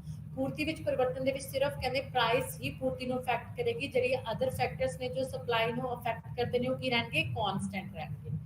ਐਂਡ ਪੂਰਤੀ ਦੇ ਵਿੱਚ ਤਬਦੀਲੀ ਦੇ ਵਿੱਚ ਕੀ ਆ, ਪੂਰਤੀ ਵਿੱਚ ਤਬਦੀਲੀ ਦੇ ਵਿੱਚ ਕਹਿੰਦੇ ਜਿਹੜੇ ਅਦਰ ਜਿਹੜਾ ਪ੍ਰਾਈਸ ਹੈ ਇਸ ਤੇ ਪ੍ਰਾਈਸ ਦਾ ਕੋਈ ਇਫੈਕਟ ਨਹੀਂ ਰਹਿੰਦਾ, ਜਿਹੜਾ ਪ੍ਰਾਈਸ ਹੈ ਉਹ ਕਨਸਟੈਂਟ ਰਹਿੰਦਾ, ਤੇ ਜਿਹੜੇ ਅਦਰ ਫੈਕਟਰਸ ਨੇ ਜਿਹੜੇ ਪੂਰਤੀ ਨੂੰ ਅਫੈਕਟ ਕਰਦੇ ਨੇ ਉਹਨਾਂ ਦੇ ਵਿੱਚ ਕਹਿੰਦੇ ਚੇਂਜ ਹੋਣ ਦੇ ਨਾਲ ਆਪਣੀ ਜਿਹੜੀ ਸਪਲਾਈ ਕਰਵ ਹੈ ਉਹ ਸ਼ਿਫਟ ਹੋ ਜਾਏਗੀ ਰਾਈਟਵਰਡ ਜਾਂ ਲੈਫਟਵਰਡ। ਤਾਂ ਕਹਿੰਦੇ ਜਿਹੜੀ ਆਪਣੀ ਪੂਰਤੀ ਵਿੱਚ ਤਬਦੀਲੀ ਹੈ ਇਹਦੇ ਵਿੱਚ ਕਹਿੰਦੇ ਆਪਣੀ ਜਿਹੜੀ ਕਰਵ ਸ਼ਿਫਟ ਹੋ ਜਾਏਗੀ, ਉਹਦਾ ਰੀਜ਼ਨ ਕਹਿੰਦੇ ਅਦਰ ਫੈਕਟਰਸ ਨੇ, ਪ੍ਰਾਈਸ ਤੇ ਕਾਂਸਟੈਂਟ ਰਹੇਗਾ। ਲੇਕਿਨ ਪੂਰਤੀ ਵਿੱਚ ਪਰਿਵਰਤਨ ਦੇ ਵਿੱਚ ਕਹਿੰਦੇ ਸਿਰਫ ਪ੍ਰਾਈਸਿਸ ਚੇਂਜ ਹੋਣ ਦੇ ਨਾਲ ਪੂਰਤੀ ਦੇ ਵਿੱਚ ਪਰਿਵਰਤਨ ਆਏਗਾ, ਲੇਕਿਨ ਬਾਕੀ ਫੈਕਟਰਸ ਨੇ ਜਿਹੜੇ ਉਹ ਪੂਰਤੀ ਨੂੰ ਇਫੈਕਟ ਨਹੀਂ ਕਰਨਗੇ। ਤਾਂ ਸਭ ਤੋਂ ਪਹਿਲਾਂ ਦੇਖਦੇ ਹਾਂ ਪੂਰਤੀ ਵਿੱਚ ਪਰਿਵਰਤਨ, ਪੂਰਤੀ ਦਾ ਵਿਸਥਾਰ। ਤੇਰੇ ਵਿੱਚ ਤੁਸੀਂ ਦੇਖ ਸਕਦੇ ਹੋ ਪੂਰਤੀ ਦਾ ਵਿਸਥਾਰ ਮੀਨਸ ਪੂਰਤੀ ਦੇ ਵਿਸਥਾਰ ਦੇ ਵਿੱਚ ਕੀ ਹੋਏਗਾ, ਪੂਰਤੀ ਦਾ ਵਿਸਥਾਰ ਸਾਨੂੰ ਦੱਸ ਰਿਹਾ relationship between the price and quantity supply. ਕਹਿੰਦੇ ਇਹਦੇ ਵਿੱਚ ਕੀ ਡਾਇਰੈਕਟ ਰਿਲੇਸ਼ਨਸ਼ਿਪ ਆ, ਕਹਿੰਦੇ ਪੂਰਤੀ ਦਾ ਵਿਸਥਾਰ ਉਦੋਂ ਹੋਏਗਾ ਕਹਿੰਦੇ ਜਦੋਂ ਕਹਿੰਦੇ ਸਿਰਫ ਕਹਿੰਦੇ ਪ੍ਰਾਈਸਿਸ ਦੇ ਥਰੂ ਪੂਰਤੀ ਕੀ ਹੋਏਗੀ, ਇਨਕਰੀਜ਼ ਹੋਏਗੀ, ਅਦਰ ਫੈਕਟਰਸ ਕਾਂਸਟੈਂਟ ਰਹਿਣਗੇ। ਕਹਿੰਦੇ ਜਦੋਂ ਪੂਰਤੀ ਦਾ ਵਿਸਥਾਰ ਸਾਨੂੰ ਦੱਸਦਾ ਹੈ ਕਿ ਜਦੋਂ ਪ੍ਰਾਈਸਿਸ ਇਨਕਰੀਜ਼ ਹੋਣ ਦੇ ਨਾਲ ਪੂਰਤੀ ਇਨਕਰੀਜ਼ ਹੋ ਜਾਂਦੀ ਆ, ਤਾਂ ਦੈਟ ਇਜ਼ ਵਾਈ ਪੂਰਤੀ ਦਾ ਕੀ ਹੋਇਆ ਹੈ, ਵਿਸਥਾਰ ਹੋਇਆ ਹੈ। ਜਿਵੇਂ ਕਿ ਤੁਸੀਂ ਇਸ ਡਾਇਗਰਾਮ ਦੇ ਵਿੱਚ ਦੇਖ ਸਕਦੇ ਹੋ, ਪ੍ਰਾਈਸਿਸ ਇੰਕਰੀਜ਼ ਹੋਣ ਦੇ ਨਾਲ ਪੂਰਤੀ ਇੰਕਰੀਜ਼ ਹੋਏਗੀ। ਦਿਸ is the extension in supply. ਜਿਵੇਂ ਕਿ ਇਸ ਡਾਇਗਰਾਮ ਦੇ ਵਿੱਚ ਦੇਖਿਆ ਗਿਆ ਹੈ, ਉਹ ਐਕਸ ਅਕਸ਼ ਤੇ ਕੁਆਂਟੀਟੀਜ਼ ਦਿਖਾਏ ਗਏ ਇਨ ਯੂਨਿਟਸ ਦੇ ਵਿੱਚ ਜਿਹੜੀ ਸਪਲਾਈ ਕੀਤੀ ਗਈ ਹੈ ਕਿਸੇ ਵੀ export the, and O Y ਤੇ ਸਾਨੂੰ ਪ੍ਰਾਈਸਿਸ ਇਨ ਰੁਪੀਸ ਦੇ ਵਿੱਚ ਦਿਖਾਇਆ ਗਿਆ ਹੈ। ਤੇ ਜਿਹੜੀ ਸਾਡੀ ਐਸਐਸ ਕਰਵ ਹੈ, this is the supply curve, ਜੋ ਸਾਡੀ ਸਪਲਾਈ ਸ਼ੋ ਕਰ ਰਹੀ ਹੈ।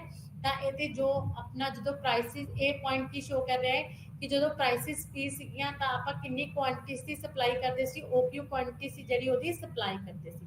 ਲੇਕਿਨ ਜਦੋਂ ਪ੍ਰਾਈਸਿਸ ਇੰਕਰੀਜ਼ ਹੋ ਗਈਆਂ, ਪ੍ਰਾਈਸਿਸ ਇੰਕਰੀਜ਼ ਹੋ ਗਏ ਪੀ ਤੋਂ P1 ਹੋ ਗਈਆਂ, ਤਾਂ ਕਹਿੰਦੇ ਆਪਣੀ ਕੁਆਂਟੀਟੀ ਵੀ ਇੰਕਰੀਜ਼ ਹੋ ਕੇ ਕਿੱਥੇ ਚਲੇਗੀ, Q ਤੋਂ Q1 ਇੰਕਰੀਜ਼ ਹੋਗੀ। ਤਾਂ that is the extension in supply. ਆਪਾਂ A ਪੁਆਇੰਟ ਤੋਂ ਕਿੱਥੇ ਚਲੇਗੇ, B ਪੁਆਇੰਟ ਤੇ ਚਲੇਗੇ। ਤਾਂ A ਪੁਆਇੰਟ ਤੋਂ B ਪੁਆਇੰਟ ਦਾ ਗੈਪ ਸਾਨੂੰ ਕੀ ਦੱਸ ਰਿਹਾ ਹੈ, ਇਨਕਰੀਜ਼ ਇਨ ਸਪਲਾਈ ਦੱਸ ਰਿਹਾ ਹੈ ਕਿ ਸਪਲਾਈ ਹੈ ਜਿਹੜੀ ਉਹਦੇ ਵਿੱਚ ਇਨਕਰੀਜ਼ ਹੋਇਆ ਹੈ A ਤੋਂ B। ਤਾਂ A ਤੋਂ B this is the extension in supply. ਠੀਕ ਹੈ, ਇਹਦਾ ਮੇਨ ਰੀਜ਼ਨ ਕੀ ਆ, ਪ੍ਰਾਈਸਿਸ ਦੇ ਵਿੱਚ ਇਨਕਰੀਜ਼ ਹੋਣਾ। ਜਦੋਂ ਪ੍ਰਾਈਸਿਸ ਦੇ ਵਿੱਚ ਇਨਕਰੀਜ਼ ਹੋ ਕੇ ਕੁਆਂਟੀਟੀ ਇਨਕਰੀਜ਼ ਹੋਵੇ, ਆਪਾਂ ਉਹੀ ਸੇਮ ਜਿਹੜੀ ਸਪਲਾਈ ਕਰਵ ਹੈ ਉਸ ਤੋਂ ਕਹਿੰਦੇ ਇੱਕ ਪੁਆਇੰਟ ਤੋਂ ਦੂਸਰੀ ਪੁਆਇੰਟ ਤੇ ਸ਼ਿਫਟ ਹੋ ਜਾਈਏ, that is a extension in supply। ਕਹਿੰਦੇ ਸਿਰਫ ਇਹਦੇ ਸਪਲਾਈ ਤੇ ਪ੍ਰਾਈਸ ਦਾ ਇਫੈਕਟ ਪੈਂਦਾ ਹੈ। ਤਾਂ ਪ੍ਰਾਈਸਿਸ ਦੇ ਵਿੱਚ ਇਨਕਰੀਜ਼ ਡਿਕਰੀਜ਼ ਹੋਣ ਦੇ ਨਾਲ ਜਦੋਂ ਸਪਲਾਈ ਇਨਕਰੀਜ਼ ਹੁੰਦੀ ਆ, ਪ੍ਰਾਈਸਿਸ ਇਨਕਰੀਜ਼ ਹੋਣ ਦੇ ਨਾਲ, ਤਾਂ that is a extension in supply। ਆਪਾਂ A ਤੋਂ B ਪੁਆਇੰਟ ਤੇ ਸ਼ੋ ਕਰ ਚਲੇ ਜਾਂਦੇ ਆ, ਤਾਂ A ਤੋਂ B ਪੁਆਇੰਟ ਦਾ ਗੈਪ ਹੈ ਉਹ ਕੀ ਸ਼ੋ ਕਰ ਰਿਹਾ ਹੈ, ਇਸ ਸਪਲਾਈ ਦੇ ਵਿੱਚ ਇਨਕਰੀਜ਼ ਸ਼ੋ ਕਰ ਰਿਹਾ ਹੈ, that is a extension in supply। and next is the ਪੂਰਤੀ ਦਾ ਸੰਕੁਚਨ, ਮਿਸ ਕੰਟਰੈਕਸ਼ਨ ਆਫ ਸਪਲਾਈ। ਜਦੋਂ ਕਹਿੰਦੇ ਪੂਰਤੀ, ਜਦੋਂ ਕਹਿੰਦੇ ਪ੍ਰਾਈਸਿਸ ਡਿਕਰੀਜ਼ ਹੋਣ ਦੇ ਨਾਲ ਜਿਹੜੀ ਪੂਰਤੀ ਹੈ ਉਹ ਡਿਕਰੀਜ਼ ਹੋ ਜਾਂਦੀ ਹੈ। ਪ੍ਰਾਈਸਿਸ ਜਿਵੇਂ ਹੀ ਡਿਕਰੀਜ਼ ਹੋ ਗਈ, ਸਪਲਾਈ ਵੀ ਡਿਕਰੀਜ਼ ਹੋ ਗਈ, that is the contraction of supply। ਤਾਂ ਆਪਾਂ ਕੀ ਬੋਲਦੇ ਹਾਂ ਕਿ ਸਪਲਾਈ ਦੇ ਵਿੱਚ ਕੰਟਰੈਕਸ਼ਨ ਹੈ, ਸਪਲਾਈ ਘਟੀ ਹੈ ਕਿਉਂਕਿ ਪ੍ਰਾਈਸ ਘਟ ਗਏ। ਤਾਂ ਇਹਦੇ ਵਿੱਚ ਅਦਰ ਫੈਕਟਰਸ ਕਨਸਟੈਂਟ ਨੇ, ਓਨਲੀ ਪ੍ਰਾਈਸ ਘਟਣ ਦੇ ਨਾਲ ਆਪਣੀ ਜਿਹੜੀ ਸਪਲਾਈ ਉਹਦੀ ਕੀ ਹੋ ਜਾਂਦੀ ਹੈ, ਘਟ ਜਾਂਦੀ ਹੈ। ਜਿਵੇਂ ਕਿ ਤੁਸੀਂ ਇਸ ਡਾਇਗਰਾਮ ਦੇ ਵਿੱਚ ਦੇਖ ਸਕਦੇ ਹੋ, ਉਹ ਐਕਸ ਅਕਸ਼ ਤੇ ਕੁਆਂਟੀਟੀਜ਼ ਇਨ ਯੂਨਿਟਸ ਲਿੱਤੀ ਹੋਈ ਹੈ, ਐਂਡ ਓ ਵਾਈ ਤੇ ਪ੍ਰਾਈਸਿਸ ਇਨ ਰੁਪੀਸ ਲਿੱਤਾ ਹੋਇਆ ਹੈ। ਤੇ ਜਿਹੜੀ ਐਸਐਸ ਕਰਵ ਹੈ, this is a supply curve, left right upward ਹੈ ਜੋ ਪੋਜ਼ਿਟਿਵ ਰਿਲੇਸ਼ਨਸ਼ਿਪ ਸ਼ੋ ਕਰ ਰਹੀ ਹੈ। ਐਂਡ ਇਸ ਤੋਂ ਬਾਅਦ ਦੇਖੋ ਆਪਣੀ ਜਿਹੜੀ ਫਰਸਟਲੀ ਸਪਲਾਈ ਕਿੰਨੀ ਸੀਗੀ, ਜਦੋਂ ਆਪਣੀ ਪ੍ਰਾਈਸ 20 ਸੀਗੀ ਤਾਂ ਆਪਣੀ ਸਪਲਾਈ ਕੀ ਸੀਗੀ 10। 20 ਪ੍ਰਾਈਸਿਸ ਤੇ ਆਪਾਂ ਜਿਹੜੀ 10 ਕੁਆਂਟੀਟੀ ਸੀਗੀ ਉਹਨੂੰ ਕੀ ਕਰਦੇ ਸੀ, ਸਪਲਾਈ ਕਰਦੇ ਸੀ 10 ਯੂਨਿਟਸ ਦੀ। ਉਸ ਤੋਂ ਬਾਅਦ ਜਦੋਂ ਕਹਿੰਦੇ ਪ੍ਰਾਈਸਿਸ ਇਨਕਰੀਜ਼ ਹੋ ਗਏ 20 to 10, ਤਾਂ ਉਸ ਦੇ ਨਾਲ ਹੀ ਸਾਡੀ ਸਪਲਾਈ ਵੀ ਡਿਕਰੀਜ਼ ਹੋ ਗਈ। ਸਪਲਾਈ ਡਿਕਰੀਜ਼ ਹੋ ਕੇ ਕਿੰਨੀ ਹੋ ਗਈ, 10 to 5 ਹੋ ਗਈ। ਤਾਂ ਜਿਹੜੀ ਆਪਣੀ ਸਪਲਾਈ ਦੇ ਵਿੱਚ ਪੁਆਇੰਟਸ ਨੇ ਆਪਾਂ ਅਬਵ ਤੋਂ ਨੀਚੇ ਸ਼ਿਫਟ ਹੋ ਗਏ, ਦਿਸ ਇਜ਼ ਦਾ ਕੰਟਰੈਕਸ਼ਨ। ਜੋ ਰੈਡ ਐਰੋ ਹੈ ਉਹ ਸਾਨੂੰ ਕੀ ਦੱਸ ਰਿਹਾ, ਕੰਟਰੈਕਸ਼ਨ ਇਨ ਸਪਲਾਈ ਦੱਸ ਰਿਹਾ ਹੈ, ਸਪਲਾਈ ਦੇ ਵਿੱਚ ਡਿਕਰੀਜ਼ ਦੱਸ ਰਿਹਾ ਹੈ। ਸਪਲਾਈ ਦੇ ਵਿੱਚ ਡਿਕਰੀਜ਼ ਹੋਣ ਦਾ ਮੇਨ ਰੀਜ਼ਨ ਕੀ ਹੈ, ਪ੍ਰਾਈਸਿਸ ਦਾ ਡਿਕਰੀਜ਼ ਹੋਣਾ। ਜਦੋਂ ਪ੍ਰਾਈਸਿਸ ਡਿਕਰੀਜ਼ ਹੋਣ ਦੇ ਨਾਲ ਸਪਲਾਈ ਡਿਕਰੀਜ਼ ਹੋਵੇ, that is the contraction of supply। Same supply curve ਤੇ ਆਪਾਂ ਕੀ ਆ, ਨੀਚੇ ਵਾਲੇ ਪੁਆਇੰਟਸ ਤੇ ਸ਼ਿਫਟ ਹੋ ਜਾਂਦੇ ਹਾਂ। ਤਾਂ ਇਹਦੇ ਵਿੱਚ ਦੋਨੇ ਸਾਨੂੰ ਕੰਟਰੈਕਸ਼ਨ ਐਂਡ ਐਕਸਟੈਂਸ਼ਨਸ ਦਿਖਾਈਆਂ ਹੋਈਆਂ ਨੇ, ਮੂਵਮੈਂਟ ਅਲੋਂਗ ਦਾ ਸਪਲਾਈ ਦਾ डिमांड कर्व दिखाई हुई है, this is demand curve diagram. ਤਾਂ डिमांड ਦੇ ਵਿੱਚ ਕੰਟਰੈਕਸ਼ਨ ਤੇ ਐਕਸਟੈਂਸ਼ਨ ਦਿਖਾਈ ਹੋਈ ਆ। ਕਹਿੰਦੇ ਡਿਮਾਂਡ ਦੇ ਵਿੱਚ ਤਾਂ ਤੁਹਾਨੂੰ ਪਤਾ ਹੈ ਕਿ ਡਿਮਾਂਡ ਦੇ ਵਿੱਚ ਕੀ ਹੁੰਦਾ ਹੈ, ਜੋ ਰਿਲੇਸ਼ਨ ਹੁੰਦਾ ਹੈ ਨੈਗੇਟਿਵ ਹੁੰਦਾ ਹੈ, ਪ੍ਰਾਈਸ ਤੇ ਡਿਮਾਂਡ ਦਾ ਲੈਫਟ ਰਾਈਟ ਡਾਊਨਵਰਡ ਹੁੰਦਾ, ਤੇ ਜਿਹੜੇ ਸਪਲਾਈ ਦਾ ਪੋਜ਼ਿਟਿਵ ਹੁੰਦਾ। ਤਾਂ ਸਪਲਾਈ ਦੇ ਵਿੱਚ ਆਪਾਂ ਸੇਮ ਇਕੋ ਕਰਵ ਤੇ ਉੱਪਰ ਨੂੰ ਅਗਰ ਐਰੋ ਪਾਈਏ ਤਾਂ ਐਕਸਟੈਂਸ਼ਨ ਐਂਡ ਨੀਚੇ ਨੂੰ ਪਾਈਏ ਤਾਂ ਕੰਟਰੈਕਸ਼ਨ ਦਿਖਾ ਸਕਦੇ ਹਾਂ। ਲੇਕਿਨ ਆਪਣਾ ਜੋ ਡਿਮਾਂਡ ਹੈ ਇਹਦੇ ਵਿੱਚ ਕੀ ਆ, ਪ੍ਰਾਈਸਿਸ ਇਨਕਰੀਜ਼ ਹੋਣ ਤੇ ਜਿਹੜੀ ਡਿਮਾਂਡ ਹੈ ਉਹ ਡਿਕਰੀਜ਼ ਹੋਏਗੀ। ਜਿਵੇਂ ਪ੍ਰਾਈਸਿਸ ਪਹਿਲਾਂ 10 ਸੀਗੀਆਂ, ਹੁਣ 10 ਤੋਂ ਪ੍ਰਾਈਸਿਸ ਇਨਕਰੀਜ਼ ਹੋ ਕੇ 12 ਹੋ ਗਈਆਂ, ਤਾਂ ਜਿਹੜੀ ਡਿਮਾਂਡ ਹੈ 55 ਤੋਂ ਕੱਟ ਕੇ 40 ਰਹਿ ਗਈ। ਤਾਂ that is a contraction in demand, ਜੋ ਰੈਡ ਐਰੋ ਹੈ। एंड जो ब्लू एरो है वो एक्सटेंशन इन डिमांड दिखा रहे हैं कि प्राइसेस डिक्रीज 10 to 7, तो इस दिन वाली डिमांड की होगी इंक्रीज होगी 55 to 75। This is the extension in demand curve. तो ये डिमांड कर्व है ਜਿਹੜੀ ਇਹ ਪ੍ਰਾਈਸ ਦੇ ਨਾਲ ਇਹਦਾ ਰਿਲੇਸ਼ਨ ਨੈਗੇਟਿਵ ਹੈ। ਠੀਕ ਹੈ, ਇਹ ਪ੍ਰਾਈਸਿਸ ਦੇ ਵਿੱਚ ਚੇਂਜ ਹੋਣ ਦੇ ਨਾਲ ਕੀ ਆ, ਪ੍ਰਾਈਸ ਇੰਕਰੀਜ਼ ਹੋਣ ਦੇ ਨਾਲ डिक्रीज होएगी, this is the contraction, and prices decrease होने के नाल इंक्रीज होएगी, दिस इज द एक्सटेंशन। लेकिन ਜਿਹੜੀ सप्लाई है ये इको ਜਿਹੜੀ ਹੈ ਪੋਜ਼ਿਟਿਵ ਐਸਐਸ ਕਰਵ ਰਾਈਟਵਰਡ ਅਪਵਰਡ ਹੋਏਗੀ, ਤਾਂ ਉਹਦੇ ਵਿੱਚ ਹੀ ਆਪਾਂ ਇੰਕਰੀਜ਼ ਤੇ ਡਿਕਰੀਜ਼ ਇਨ ਜਿਹੜੀ ਹੈ ਸਪਲਾਈ ਸ਼ੋ ਕਰ ਸਕਦੇ ਹਾਂ। And the next is the ਪੂਰਤੀ ਵਿੱਚ ਵਾਧਾ, increase in supply and decrease in supply. ਤਾਂ ਇਨਕਰੀਜ਼ ਇਨ ਸਪਲਾਈ ਸਾਨੂੰ ਕੀ ਦੱਸਦਾ ਹੈ ਕਿ ਹੋਰ ਜਿਹੜੇ ਅਦਰ ਫੈਕਟਰਸ ਨੇ ਵੀ ਉਹਨਾਂ ਦੇ ਵਿੱਚ ਚੇਂਜ ਹੋਣ ਦੇ ਨਾਲ ਜੋ ਸਪਲਾਈ ਨੂੰ ਅਫੈਕਟ ਕਰਦੇ ਨੇ, ਜਿਵੇਂ ਕਿ ਕਾਸਟ, ਰॉ ਮਟੀਰੀਅਲਸ, ਠੀਕ ਹੈ, ਵੇਜਿਸ, ਇੰਪਲੋਇਮੈਂਟ। ਕਹਿੰਦੇ ਇਹਦੇ ਥਰੂ ਜਦੋਂ ਸਪਲਾਈ ਦੇ ਵਿੱਚ ਚੇਂਜ ਆਉਂਦਾ ਹੈ, ਲੇਕਿਨ ਪ੍ਰਾਈਸਿਸ ਕੀ ਨੇ, ਕਾਂਸਟੈਂਟ ਰਹਿੰਦੀਆਂ ਨੇ। ਵਾਧੇ, ਇੰਕਰੀਜ਼ ਇਨ ਸਪਲਾਈ, ਪੂਰਤੀ ਵਿੱਚ ਵਾਧੇ ਦੇ ਵਿੱਚ ਕਹਿੰਦੇ ਪ੍ਰਾਈਸ ਦਾ ਕੋਈ ਵੀ ਇਫੈਕਟ ਨਹੀਂ ਰਹਿੰਦਾ, ਪ੍ਰਾਈਸ ਸੇਮ ਰਹਿੰਦਾ ਹੈ, ਪ੍ਰਾਈਸਿਸ ਦੇ ਵਿੱਚ ਚੇਂਜ ਨਹੀਂ ਹੁੰਦਾ। ਜਦੋਂ ਅਦਰ ਫੈਕਟਰਸ ਦੇ ਕਰਕੇ ਜਿਹੜੀ ਆਪਣੀ ਸਪਲਾਈ ਹੈ ਇੰਕਰੀਜ਼ ਡਿਕਰੀਜ਼ ਹੁੰਦੀ ਹੈ, that is a shift in supply. ਤੇਰੇ ਵਿੱਚ ਕੀ ਹੈ, ਜਿਹੜੀ ਸਪਲਾਈ ਕਰਵ ਹੈ ਆਪਣੀ ਸ਼ਿਫਟ ਹੁੰਦੀ ਆ, ਸਪਲਾਈ ਕਰਵ ਰਾਈਟਵਰਡ ਐਂਡ ਲੈਫਟਵਰਡ ਸ਼ਿਫਟ ਹੁੰਦੀ ਆ। ਤਾਂ ਜਿਵੇਂ ਕਿ ਤੁਸੀਂ ਇਸ ਡਾਇਗਰਾਮ ਦੇ ਵਿੱਚ ਦੇਖ ਸਕਦੇ ਹੋ, ਇਹਦੇ ਵਿੱਚ ਕੀ ਹੈ, ਇੰਕਰੀਜ਼ ਇਨ ਸਪਲਾਈ ਆ, ਪੂਰਤੀ ਵਿੱਚ ਵਾਧਾ ਹੈ। ਜਦੋਂ ਕਹਿੰਦੇ ਪ੍ਰਾਈਸ ਫਿਕਸ ਰਹਿੰਦੀ ਹੈ ਤੇ ਹੋਰ ਫੈਕਟਰਸ ਦੇ ਵਿੱਚ ਚੇਂਜ ਹੋਣ ਦੇ ਨਾਲ ਸਪਲਾਈ ਕੀ ਹੁੰਦੀ ਹੈ, ਇਨਕਰੀਜ਼ ਹੁੰਦੀ ਹੈ, that is a increase in supply. ਤਾਂ ਤੁਸੀਂ ਇਸ ਡਾਇਗਰਾਮ ਦੇ ਵਿੱਚ ਦੇਖ ਸਕਦੇ ਹੋ, ਇਨਕਰੀਜ਼ ਇਨ ਸਪਲਾਈ ਦਿਖਾਇਆ ਹੋਇਆ ਹੈ। ਤਾਂ ਪ੍ਰਾਈਸਿਸ ਕੀ ਨੇ, ਸੇਮ ਨੇ, ਪ੍ਰਾਈਸਿਸ ਦੇ ਵਿੱਚ ਕੋਈ ਵੀ ਚੇਂਜ ਨਹੀਂ ਹੁੰਦੀ। ਅਦਰ ਫੈਕਟਰਸ ਦੇ ਕਰਕੇ ਸਪਲਾਈ ਆਪਣੀ ਕੀ ਹੋਏਗੀ, ਇਨਕਰੀਜ਼ ਹੋਏਗੀ। ਜਿਵੇਂ ਕਿ ਰੀਜ਼ਨ ਕੀ ਹੋ ਸਕਦਾ, ਕਾਸਟ ਆਫ ਪ੍ਰੋਡਕਸ਼ਨ ਘਟ ਗਈ। ਜਦੋਂ ਕਾਸਟ ਆਫ ਪ੍ਰੋਡਕਸ਼ਨ ਘਟ ਗਈ ਤਦ ਕੀ ਆਪਣੀ ਸਪਲਾਈ ਇਨਕਰੀਜ਼ ਹੋਏਗੀ, ਆਪਾਂ ਆउटपुट ਜ਼ਿਆਦਾ ਕਰਾਂਗੇ। ਤਾਂ ਕਾਸਟ ਆਫ ਪ੍ਰੋਡਕਸ਼ਨ ਘਟਣ ਦਾ ਕੋਈ ਵੀ ਰੀਜ਼ਨ ਹੋ ਸਕਦਾ, ਰॉ ਮਟੀਰੀਅਲ ਸਸਤਾ ਹੋ ਸਕਦਾ, ਵੇਜਿਸ ਘੱਟ ਹੋ ਸਕਦੀਆਂ ਨੇ, ਤੇ ਟੈਕਨੀਕਲ ਇੰਪਰੂਵਮੈਂਟ ਹੋ ਸਕਦੀ ਹੈ, ਠੀਕ ਹੈ, ਉਹਦੇ ਕਰਕੇ ਆਪਣੀ ਸਪਲਾਈ ਕੀ ਹੈ, ਇਨਕਰੀਜ਼ ਹੋ ਜਾਏਗੀ। ਤਾਂ ਇਹਦੇ ਵਿੱਚ ਤੁਸੀਂ ਦੇਖ ਸਕਦੇ ਹੋ ਜਿਹੜੀ ਆਪਣੀ ਐਸਐਸ ਕਰਵ ਹੈ, this is supply curve, and DD is a demand curve, left right ਦੀ downward this is the demand curve, and supply curve के साਡੀ ਐਸਐਸ ਸਪਲਾਈ ਕਰਵ ਹੈ जो लैफ्ट टू राइट किया अपवर्ड है। This is the initial supply curve. Initial supply साडे कितनी सी SS curve जो दिखा रही है, कहते जो पॉइंट रेड पॉइंट है फर्स्टली कट कर रही है, कहते जो पी प्राइस सीगा अपनी क्वांटिटी कितनी सप्लाई की जाती सी, QS1 ਜਿਹੜੀ ਕੁਆਂਟੀਟੀ ਸੀਗੀ ਉਹ ਸਪਲਾਈ ਕੀਤੀ ਜਾਂਦੀ ਸੀਗੀ। ਲੇਕਿਨ ਕਹਿੰਦੇ ਪ੍ਰਾਈਸਿਸ ਸੇਮ ਰਹਿਣ ਤੇ ਜਦੋਂ ਆਪਣੀ ਜਿਹੜੀ ਕੁਆਂਟੀਟੀ ਉਹ ਇਨਕਰੀਜ਼ ਹੋ ਜਾਂਦੀ ਹੈ, ਮੀਨਸ QS1 ਤੋਂ ਇਨਕਰੀਜ਼ ਹੋ ਕੇ ਕਿੰਨੀ ਹੋ ਜਾਂਦੀ ਹੈ, QS2 ਹੋ ਜਾਂਦੀ ਹੈ। क्वांटिटी इंक्रीज हुई तो क्वांटिटी इंक्रीज होने के नाल सप्लाई इंक्रीज होने के नाल जी सप्लाई कर्व है वो राइटवर्ड शिफ्ट हो जाएगी, न्यू सप्लाई कर्व बन जाएगी S2 is the new supply curve जो कि दिखा रही है इंक्रीज इन क्वांटिटी दिखा रही है, इंक्रीज इन सप्लाई दिखा रही है QS1 तो QS2। This is the increase in supply की प्राइसेस सेम प्राइसेस ਦੇ ਵਿੱਚ ਕੋਈ ਚੇਂਜ ਨਹੀਂ, ਲੇਕਿਨ ਆਪਣੀ ਅਦਰ ਫੈਕਟਰਸ ਦੇ ਕਰਕੇ ਸਪਲਾਈ ਦੇ ਵਿੱਚ ਕੀ ਹੋ ਗਿਆ, ਇਨਕਰੀਜ਼ ਹੋ ਗਿਆ। ਟੈਕਨੀਕਲ ਇੰਪਰੂਵਮੈਂਟ ਦੇ ਕਾਰਨ, ਕਾਸਟ ਆਫ ਪ੍ਰੋਡਕਸ਼ਨ ਘਟਣ ਦੇ ਕਾਰਨ, ਜਿਹਦੇ ਕਰਕੇ ਕੁਆਂਟੀਟੀ ਆਪਾਂ ਜਿਹੜੀ ਪਹਿਲਾਂ QS1 ਸਪਲਾਈ ਕਰਦੇ ਸੀ ਹੁਣ ਇਨਕਰੀਜ਼ ਕਰਕੇ QS2 ਇਨਕਰੀਜ਼ ਕੀਤੀ ਆ, ਜਿਹਦੇ ਥਰੂ ਸਪਲਾਈ ਕਰਵ ਵੀ ਆਪਣੀ ਰਾਈਟਵਰਡ ਸ਼ਿਫਟ ਹੋ ਜਾਏਗੀ। ਦਿਸ is the increase in supply. And ਪੂਰਤੀ ਵਿੱਚ ਕਮੀ, ਦਿਸ is the decrease in supply. ਇਹਦੇ ਵਿੱਚ ਕੀ ਆ, ਕਹਿੰਦੇ ਕਿ ਆਪਣੀ ਜਿਹੜੀ ਸਪਲਾਈ ਆ ਉਹ ਘਟ ਜਾਏਗੀ, ਸਪਲਾਈ ਕਰਵ ਜਿਹੜੀ ਆਪਣੀ ਲੈਫਟਵਰਡ ਸ਼ਿਫਟ ਹੋ ਜਾਏਗੀ। ਇਹਦੇ ਵਿੱਚ ਮੇਨ ਰੀਜ਼ਨਸ ਕੀ ਹੋ ਸਕਦਾ ਕਿ ਪ੍ਰਾਈਸਿਸ ਤਾਂ ਕਾਂਸਟੈਂਟ ਨੇ, ਅਦਰ ਫੈਕਟਰਸ ਦੇ ਵਿੱਚ ਚੇਂਜ ਕਰਕੇ, ਜਿਵੇਂ ਕਿ ਕਾਸਟ ਆਫ ਪ੍ਰੋਡਕਸ਼ਨ ਵਧ ਗਈ, ਕਾਸਟ ਆਫ ਪ੍ਰੋਡਕਸ਼ਨ ਦੇ ਨਾਲ ਆਪਣੀ ਕੀ ਆਊਟਪੁੱਟ ਘਟ ਜਾਏਗੀ, ਜਾਂ ਫਿਰ ਵੇਜਿਸ ਵਧ ਗਿਆ, ਇੰਪਲੋਇਮੈਂਟ ਵੇਜਿਸ ਵਧ ਗਿਆ ਆਪਣਾ, ਜਾਂ ਫਿਰ ਇੰਟਰਸਟ रेट ऑफ इंटरेस्ट बढ़ गया, टेक्नोलॉजी बैकवर्ड है, ठीक है, रॉ मटीरियल घट है, तो इस तरह की अपनी आउटपुट प्रोडक्शन से इफेक्ट पेगा, जिससे सप्लाई जी अपनी की हो जाएगी, घट जाएगी।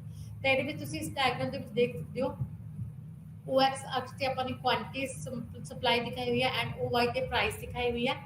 इनिशियल जी सप्लाई कर्व है SS is the initial supply curve जो E पॉइंट पे टच कर रही है प्राइस लाइन ਨੂੰ। तो ये क्या ਆਪਾਂ जो प्राइस OP है तो अपनी क्वांटिटी आप कितनी सेल कर रहे हैं, सप्लाई कर रहे हैं, OQ सप्लाई कर रहे हैं किसी भी एक्सपोर्ट की।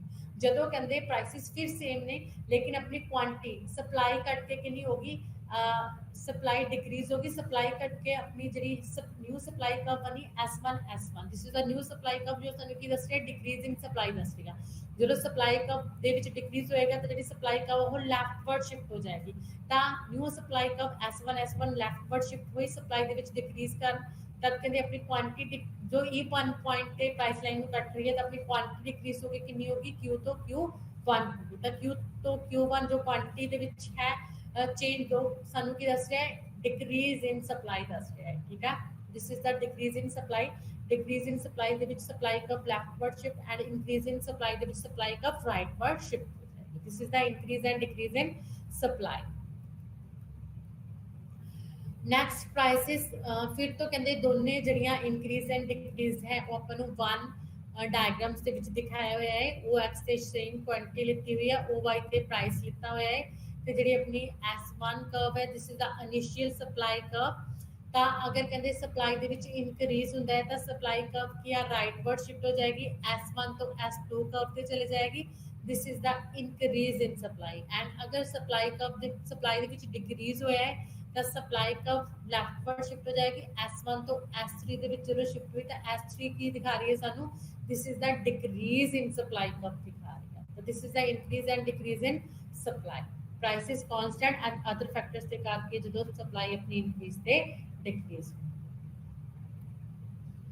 And the next is the किसी वस्तु की पूर्ति ਨੂੰ ਪ੍ਰਭਾਵਿਤ ਕਰਨ ਵਾਲੇ ਤੱਤ। ਹੁਣ ਦੇਖੋ ਜਿਹੜੀ ਆਪਣੀ ਸਪਲਾਈ ਹੈ, ਸਪਲਾਈ ਨੂੰ ਇੱਕ ਤਾਂ ਪ੍ਰਾਈਸ ਇਫੈਕਟ ਕਰਦਾ, ਤਾਂ ਪ੍ਰਾਈਸ ਤੋਂ ਇਲਾਵਾ ਹੋਰ ਬਹੁਤ ਸਾਰੇ ਫੈਕਟਰਸ ਨੇ ਜੋ ਆਪਣੀ ਸਪਲਾਈ ਨੂੰ ਕੀ ਕਰਨਗੇ, ਅਫੈਕਟ ਕਰਨਗੇ। ਤਾਂ ਵਨ ਬਾਈ ਵਨ ਆਪਾਂ ਉਹਨਾਂ ਨੂੰ ਦੇਖਦੇ ਹਾਂ।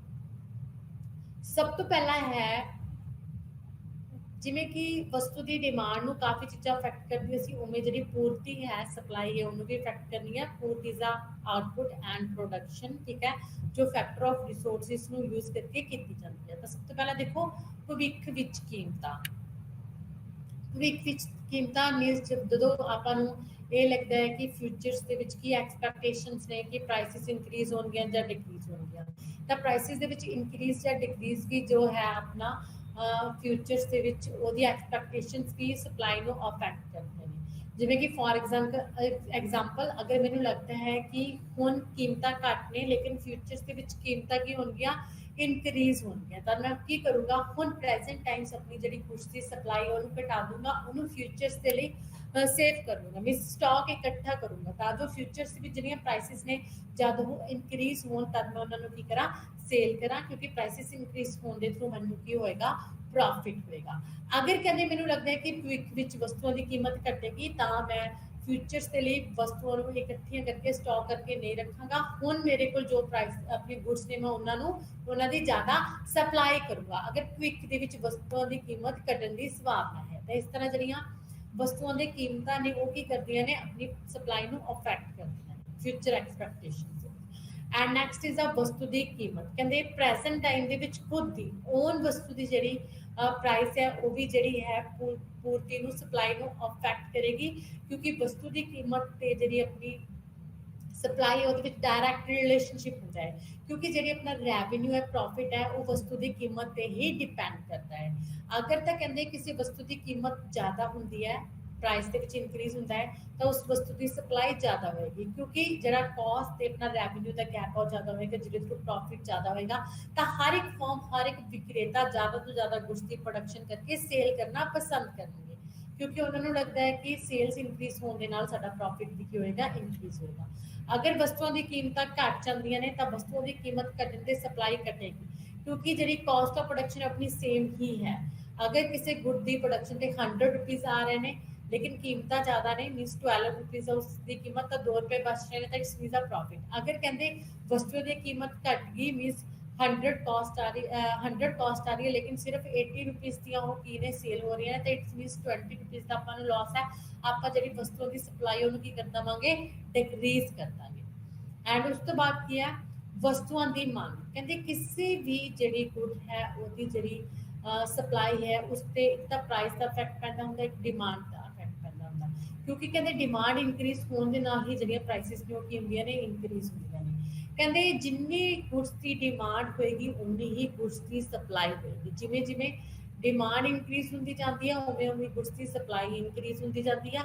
ਜਿਹੜੀਆਂ ਗੁੱਡਸ ਦੀ ਸਪਲਾਈ ਡਿਕਰੀਜ਼ ਹੋਏਗੀ ਉਹਨਾਂ ਦੀ ਡਿਮਾਂਡ ਡਿਕਰੀਜ਼ ਹੋਏਗੀ, ਉਹਨਾਂ ਦੀ ਸਪਲਾਈ ਵੀ ਡਿਕਰੀਜ਼ ਹੋਏਗੀ। ਹੁਣ ਅਗਰ ਤਾਂ ਕਹਿੰਦੇ ਆਪਣੀ ਜਿਹੜੀ ਹੈ ਪਾਪੂਲੇਸ਼ਨ ਉਹਦੇ ਵਿੱਚ ਜਿਹੜੇ ਯੰਗ ਪੀਪਲਸ ਨੇ ਉਹ ਜ਼ਿਆਦਾ ਨੇ, ਤਾਂ ਯੰਗ ਪੀਪਲਸ ਦੇ ਲਈ ਜਿਹੜੀਆਂ ਗੁੱਡਸ ਨੇ ਉਹਨਾਂ ਦੀ ਸਪਲਾਈ ਜ਼ਿਆਦਾ ਹੋਏਗੀ, ਕਿਉਂਕਿ ਜਿਹੜੀਆਂ ਜੰਗੇਬਲ ਗੁੱਡਸ ਨੇ ਉਹਨਾਂ ਦੀ ਡਿਮਾਂਡ ਜ਼ਿਆਦਾ ਹੋ ਰਹੀ ਹੈ। ਅਗਰ ਬੱਚੇ ਜ਼ਿਆਦਾ ਨੇ ਤਾਂ ਬੱਚੇ ਨਾਲ ਰਿਲੇਟਡ ਜਿਹੜੀ ਗੁੱਡਸ ਨੇ ਉਹਨਾਂ ਦੀ ਸਪਲਾਈ ਜ਼ਿਆਦਾ ਹੋਏਗੀ, ਠੀਕ ਹੈ। ਇਸੇ ਤਰ੍ਹਾਂ ਵਸਤੂਆਂ ਦੀ ਮੰਗ, ਜਿਹੜੀ ਵੀ ਕਹਿੰਦੇ ਵਸਤੂ ਦੀ ਮੰਗ ਜ਼ਿਆਦਾ ਹੋਏਗੀ ਉਸੇ ਗੁੱਡਸ ਦੀ ਪ੍ਰੋਡਕਸ਼ਨ ਦੇ ਵਿੱਚ ਫਾਇਦਾ ਹੈ, ਉਸੇ ਗੁੱਡਸ ਦੀ ਜਿਹੜੀ ਸਪਲਾਈ ਉਹ ਕੀ ਹੋਏਗੀ, ਜ਼ਿਆਦਾ ਹੋਏਗੀ। ਐਂਡ ਨੈਕਸਟ ਇਜ਼ ਜਿਵੇਂ ਕਿ ਫਾਸਟ ਫੂਡ ਹੈ, ਫਾਸਟ ਫੂਡ ਦੀ ਪ੍ਰੈਫਰੈਂਸ ਬਹੁਤ ਜ਼ਿਆਦਾ ਹੈ, ਵੈਸਟਰਨ ਡਰੈਸਿਸ ਦੀ ਪ੍ਰੈਫਰੈਂਸ ਬਹੁਤ ਜ਼ਿਆਦਾ ਹੈ, ਤਦ ਕਹਿੰਦੇ ਇਸੇ ਤਰ੍ਹਾਂ ਦੀ ਜਿਹੜੀਆਂ ਗੁੱਡਸ ਨੇ ਉਹਨਾਂ ਦੀ ਜਿਹੜੀ ਪ੍ਰੋਡਕਸ਼ਨ ਹੈ ਉਹ ਕੀ ਹੋ ਰਹੀ ਹੈ, ਇਨਕਰੀਜ਼ ਹੋ ਰਹੀ ਹੈ। ਐਂਡ ਉਸ ਤੋਂ ਬਾਅਦ ਫਰਮਾਂ ਦੀ ਸੰਖਿਆ। ਕਹਿੰਦੇ ਜਿਹੜੀ ਸਪਲਾਈ ਹੈ ਉਹ ਫਰਮਾਂ ਦੀ ਸੰਖਿਆ ਤੇ ਵੀ ਡਿਪੈਂਡ ਕਰਦੀ ਹੈ ਕਿ ਆਪਣੀ ਮਾਰਕੀਟ ਦੇ ਵਿੱਚ ਕਿੰਨੀਆਂ ਨੰਬਰ ਆਫ ਫਰਮਸ ਨੇ। ਅਗਰ ਕਹਿੰਦੇ ਆਪਣੀ ਮਾਰਕੀਟ ਦੇ ਵਿੱਚ ਸਿਰਫ ਥੋੜੀਆਂ ਹੀ 1 ਜਾਂ 2 ਫਰਮਸ ਨੇ ਤਦ ਕੀ ਸਪਲਾਈ ਘੱਟ ਹੋਏਗੀ, लेकिन अगर मार्केट के विच बहुत सारिया फर्म्स ने, ठीक है, तद कि अपनी सप्लाई इनक्रीज होगी, जिन्ने प्रोड्यूसर्स जिन्नियां फर्म्स उन्नी ही जी अपनी सप्लाई ऑफ गुड्स है वो की होएगी ज़्यादा होगी। नैक्सट इज फर्मां दे उद्देश, कहते ਜਿਹੜੇ अपने फर्मां दे उद्देश ने उन्हां ते भी ਜਿਹੜੀ सप्लाई है डिपेंड करती है। हुण देखो फर्मां डिफरेंट टाइप्स दी हुंदियां ने, कई फर्मां दा मेन एम की हुंदा प्रॉफिट अर्न करना होंदा है, ਤਾਂ प्रॉफिट अर्न ਕਰਨ ਦੇ ਲਈ ਉਹ ਕੀ ਆ ਪ੍ਰਾਈਸਿਸ ਹਾਈ ਹੋਣ ਤੇ ਹੀ ਜਿਹੜੀ ਆਪਣੀ ਡਿਮਾਂਡ ਸਪਲਾਈ ਉਹਨੂੰ ਕੀ ਕਰਨਗੇ ਜ਼ਿਆਦਾ ਕਰਨਗੇ ਤਾਂ ਜੋ ਉਹਨਾਂ ਨੂੰ ਪ੍ਰੋਫਿਟ ਜ਼ਿਆਦਾ ਹੋਵੇ। ਤਾਂ ਸਿਰਫ ਜਿਹੜੇ ਗੁड्स ਤੋਂ ਪ੍ਰੋਫਿਟ ਜ਼ਿਆਦਾ ਹੋ ਰਿਹਾ ਹੈ ਉਹ ਉਹਨਾਂ ਨੂੰ ਹੀ ਕੀ ਕਰਨਗੇ ਪ੍ਰੋਡਿਊਸ ਕਰਨਗੇ। ਲੇਕਿਨ ਕਹਿੰਦੇ ਕਈ ਫਰਮਾਂ ਦਾ ਮੇਨ ਮੋਟਿਵ ਹੁੰਦਾ ਸੋਸ਼ਲ ਵੈਲਫੇਅਰ, ਮੀਨਸ ਪੀਪਲਸ ਦੀ ਨੀਡਸ ਪੂਰੇ ਕਰਨਾ, ਤਾਂ ਉਹ ਸਿਰਫ ਨੈਸੈਸਰੀ ਗੁड्स ਦੀ ਸਪਲਾਈ ਜ਼ਿਆਦਾ ਕਰਨਗੇ। ਤੇ ਕਈ ਫਰਮਸ ਦਾ ਏਮ ਕੀ ਹੁੰਦਾ ਹੈ ਆਪਣਾ ਸਟੇਟਸ, ਮੀਨਸ ਆਪਣਾ ਨਾਮ शो करना कि मेरा नाम चल रहा है, अपना फेमस होना। तो जिन्हों का एम फेमस होना है, चाहे प्राइसिस घट हो चाहे बच हो, वो अपने गुड्स की सप्लाई है जी लगातार करते रहेंगे। तो कोई भी चीज़ गुड्स की सप्लाई को अफेक्ट नहीं करेगा अगर उन्होंने मेन एम किया फेमस होना, अपना नाम बनाना, फेम गेन करना, तब कहते सप्लाई या डे बाय डे इंक्रीज ही होएगी। नैक्सट इज भविख, फ्यूचर एक्सपैक्टेशंस, ठीक है, कहते फ्यूचर्स ਤੇ ਵੀ ਆਪਣੀਆਂ ਜਿਹੜੀਆਂ ਹੈ ਸਪਲਾਈ ਡਿਪੈਂਡ ਕਰਦੀ ਆ। ਅਗਰ ਮੈਨੂੰ ਲੱਗ ਰਿਹਾ ਕਿ ਫਿਊਚਰਸ ਦੇ ਵਿੱਚ ਮੇਰੇ ਗੁड्स ਦੀ ਜਿਹੜੀ ਹੈ ਪ੍ਰਾਈਸਿਸ ਇਨਕਰੀਜ਼ ਹੋਏਗੀ, ਤਦ ਕਦੇ ਕੋਈ ਵੀ ਪ੍ਰੋਡਿਊਸਰਸ ਹੁਣ ਦੇ ਟਾਈਮ ਦੇ ਵਿੱਚ, ਪ੍ਰੈਜ਼ੈਂਟ ਟਾਈਮ ਦੇ ਵਿੱਚ ਗੁड्स ਦੀ ਸੇਲ ਘੱਟ ਕਰੇਗਾ, ਫਿਊਚਰਸ ਦੇ ਵਿੱਚ ਗੁड्स ਦੀ ਸਪਲਾਈ ਜ਼ਿਆਦਾ ਕਰੇਗਾ। ਅਗਰ ਲੱਗਦਾ ਹੈ ਕਿ ਭਵਿੱਖ ਦੇ ਵਿੱਚ ਇਹਨਾਂ ਗੁड्स ਦੀ ਪ੍ਰਾਈਸਿਸ डिक्रीज हो जानी है, तो प्रेजेंट टाइम्स के विच किया सप्लाई ज़्यादा करेगा। फ्यूचर एक्सपैक्टेशंस पे भी डिपेंड करते हैं कि फ्यूचर के विच किस चीज़ की डिमांड इंक्रीज होगी। जिस चीज़ की सानू लगता है कि फ्यूचर्स के विच डिमांड इंक्रीज होएगी, उन्होंने गुड्स की प्रोडक्शन इंक्रीज होएगी, तो उन्होंने गुड्स की सप्लाई भी की होएगी इंक्रीज। नैक्सट इज द उत्पादन के साधना की कीमत, कहते फैक्टर ऑफ प्रोडक्शंस, कहते जो आप किसी भी चीज़ को प्रोड्यूस करते हैं, वह उत्पादन करते हैं, आउटपुट करते हैं, तो वो जो भी कहते साधन लगते हैं उन्होंने आप उन्होंने बदले की करते हैं पेमेंट्स करते हैं। जिमें कि अपन मैं किसी भी चीज़ को प्रोड्यूस करना, तो मैंने लेबर भी चाहिए, लैंड भी चाहिए, कैपिटल भी चाहिए। तो लेबर के बदले मैं कि देनी हुई वेजिज देनी, तो लैंड के बदले मैं रेंट एंड कैपिटल के बदले मैं बैंक्स को देनी इंटरस्ट देनी। तो दैट इज़ वाई तो मेरी है पेमेंट्स ने, पेमेंट्स मीनस कॉस्ट, कहते कॉस्ट ते भी जी अपनी है सप्लाई और डिपेंड करती है। अगर तो फैक्टर ऑफ कॉस्ट इंक्रीज हो जाती है, मीनस वेजिस इंक्रीज हो जाती ने, रॉ मटीरियल की प्राइसिस इंक्रीज हो जाती ने, capital rate of interest increase हो जाता, तब कि अपनी जी प्रोडक्शन है वो डिक्रीज होएगी। तो अगर कहते कॉस्ट ऑफ प्रोडक्शन घट जाती है, ठीक है, मीनस वेजिस घट, रेट ऑफ इंटरस्ट घट, तो इन्वेस्टमेंट ज़्यादा होएगी, तो अपनी जी प्रोडक्शन वो की होएगी इंक्रीज होएगी। तब कहते जो फैक्टर्स की कॉस्ट है तो प्रोडक्शन है, इन्हों का की है इनवर्स रिलेशनशिप है। जिमें जिमें प्रोडक्शन कॉस्ट बढ़ती जाएगी सप्लाई घटेगी, तो जिमें जिमें प्रोडक्शन कॉस्ट घटेगी सप्लाई इंक्रीज होगी। नैक्सट इज टैक्नीक विच परिवर्तन, जी है टैक्नोलॉजिकल चेंजिस, टैक्नीकल चेंजिस, ये टैक्नोलॉजिकल डेवलपमेंट है। अगर तो कहते आप अपने प्रोडक्शन के न्यू टैक्नीक्स वरतते हैं, फॉरन गुड्स इंपोर्ट करते हैं, ठीक है, न्यू मैथड्स, न्यू स्किल्स ने जड़ियाँ वो लैके आने, तो इट्स मीनस साडी जी वर्किंग कैपेसिटी है वो बढ़ेगी, साडी जी प्रोडक्शन है वो बढ़ेगी एफिशिएंसी के कारण। जिमें कि पहले मैं लेबर टैक्नीक यूज़ करती सी, तो मैं 1 डे सिर्फ 100 गुड्स को प्रोड्यूस करती सी, तो 100 गुड्स की सप्लाई होंदी सी। लेकिन हुण मैं टैक्नीकल इंप्रूवमेंट हुई, ठीक है, मैनेजमेंट ने न्यू जोड़े है अपने स्किल्ड परसनस लैके आते, तो न्यू मशीनस लैके आंदियां, जिन्हां दे नाल की 1 डे दे विच मैं 200 गुड्स को प्रोड्यूस कर सकती हूँ, ठीक है, टैक्नीकल इंप्रूवमेंट के करके। तो मेरी जी सप्लाई है वो की होएगा इंक्रीज होएगा। हुण मैं 200 गुड्स की सप्लाई करती हाँ 1 डे के पहले मैं 100 भी करती सी। दैट इज़ वाई टैक्नीकल कहते इंप्रूवमेंट, टैक्नीकल चेंजिस के थ्रू भी जी अपनी सप्लाई है वो इंक्रीज डिक्रीज होंगी है। एंड नैक्सट इज द निवेश की मात्रा, इन्वेस्टमेंट की क्वालिटी। तो कहते सप्लाई के लिए ये चीज़ बहुत ज़्यादा जरूरी है, इन्वेस्टमेंट का होना। जिन्नी इन्वेस्टमेंट होएगी उन्नी ही सप्लाई इंक्रीज होएगी। तो इन्वेस्टमेंट किस चीज़ से डिपेंड करती है? इन्वेस्टमेंट डिपेंड करती है मनी की सप्लाई से, कि अपनी इकोनॉमी के मनी की सप्लाई इंक्रीज है कितनी है। तो मनी की सप्लाई डिपेंड करती है रेट ऑफ इंटरस्ट से। कहते अगर तो बैंक्स के थ्रू जो रेट ऑफ इंटरस्ट घट है, तो इट्स मीनस लोग जी है कैपिटल ज़्यादा लै सकते हैं लोन से, ठीक है, तब क्या वो इन्वेस्टमेंट ज़्यादा होएगी। अगर कहते रेट ऑफ इंटरेस्ट ज़्यादा है तो लोग पैसा लोन से घट लेंगे, मनी की सप्लाई घट होएगी, तो इट्स मीनस इन्वेस्टमेंट घट होएगी, प्रोडक्शन भी की होएगी घट होएगी। तब प्रोडक्ट जी इन्वेस्टमेंट है तो अपनी प्रोडक्ट है, इन्हों का की होंगे डायरैक्ट रिलेशनशिप होता है। जिनी इन्वेस्टमेंट ज़्यादा उन्नी ही प्रोडक्शन ज़्यादा, जिनी इन्वेस्टमेंट घट उन्नी ही प्रोडक्शन घट। तो इन्वेस्टमेंट है जी मनी की सप्लाई तो रेट ऑफ इंटरेस्ट से डिपेंड करती है। उस तो बाद है सरकार की नीति। सरकार की नीति मीनस गवर्नमेंट पॉलिसी। कहते जी गवर्नमेंट पॉलिसी है मीनस मॉनिटरी एंड फिजिकल पॉलिसी है, कहते इसका भी इफैक्ट पैंदा है अपनी प्रोडक्शन से। तो गवर्नमेंट दी जड़ियाँ टैक्स पॉलिसीज ने, अगर कहते government GST and production tax sales tax ज़्यादा लगाती है तो प्रोड्यूसर्स से फर्म्स को बैनीफिट घट होता है, तो सप्लाई की होएगी घट होगी। अगर कहते जी गवर्नमेंट है टैक्सिस वगैरह घट लगाती है तो अपनी जी है गुड्स की प्रोडक्शन ज़्यादा होएगी, सप्लाई ज़्यादा होएगी। दूसरी तरफ अगर गवर्नमेंट का एक्सपेंडिचर ज़्यादा है तो मनी की सप्लाई इकोनॉमी के ज़्यादा है, इन्वेस्टमेंट ज़्यादा होएगी, सप्लाई ज़्यादा होएगी।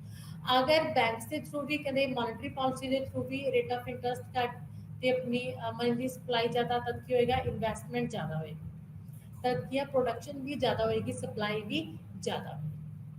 एंड नेक्स्ट इज द कुदरती परिस्थिति, नैचुरल डिजास्टर्स। ठीक है, कहते नैचुरल सिचुएशन है जी वो भी अपनी जी है सप्लाई उन्होंने अफेक्ट करती है। जिमें कि agriculture sector agriculture sector mostly जी अपनी एग्रीकल्चर प्रोडक्शन है वो किसके नेचर से डिपेंड करती है। जिमें कि जेकर तो हड़ आ जाता, सोका पै जाए, तब की होंगे अपनी जी एग्रीकल्चर प्रोडक्शन है वो बिल्कुल नहीं होंगी, घट जाती है, तो इट्स मीन सप्लाई घट। अगर कहते फेवर्स के ने नैचुरल रिसोर्सिस एग्रीकल्चर सैक्टर से, तब की अपनी जिनी सप्लाई है प्रोडक्शन ज़्यादा होएगी, उन्नी ही की है जी सप्लाई अपनी की होएगी ज़्यादा होएगी।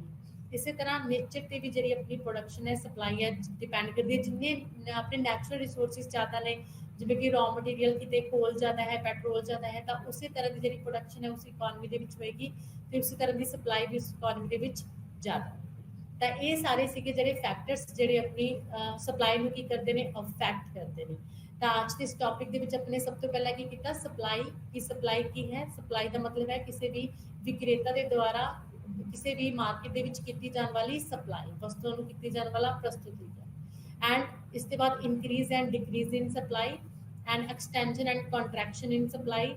ते अपना जो लॉ ऑफ सप्लाई है जिस पॉजिटिव रिलेशनशिप है between the price and supply, जिन्नी प्राइसिस इंक्रीज होनी सप्लाई इंक्रीज। ते प्राइसिस तो इलावा जो अदर फैक्टर्स ने वो जो सप्लाई में इफेक्ट करते हैं, जिन्हें कि तुसीं देखा है विक विच कीमत, वस्तु की कीमत, वस्तु की मांग, फर्मां की संख्या एंड फर्मां के उद्देश्य। आज का ये वाला अपना टॉपिक इत्थे ही खत्म होंदा है। धन्यवाद।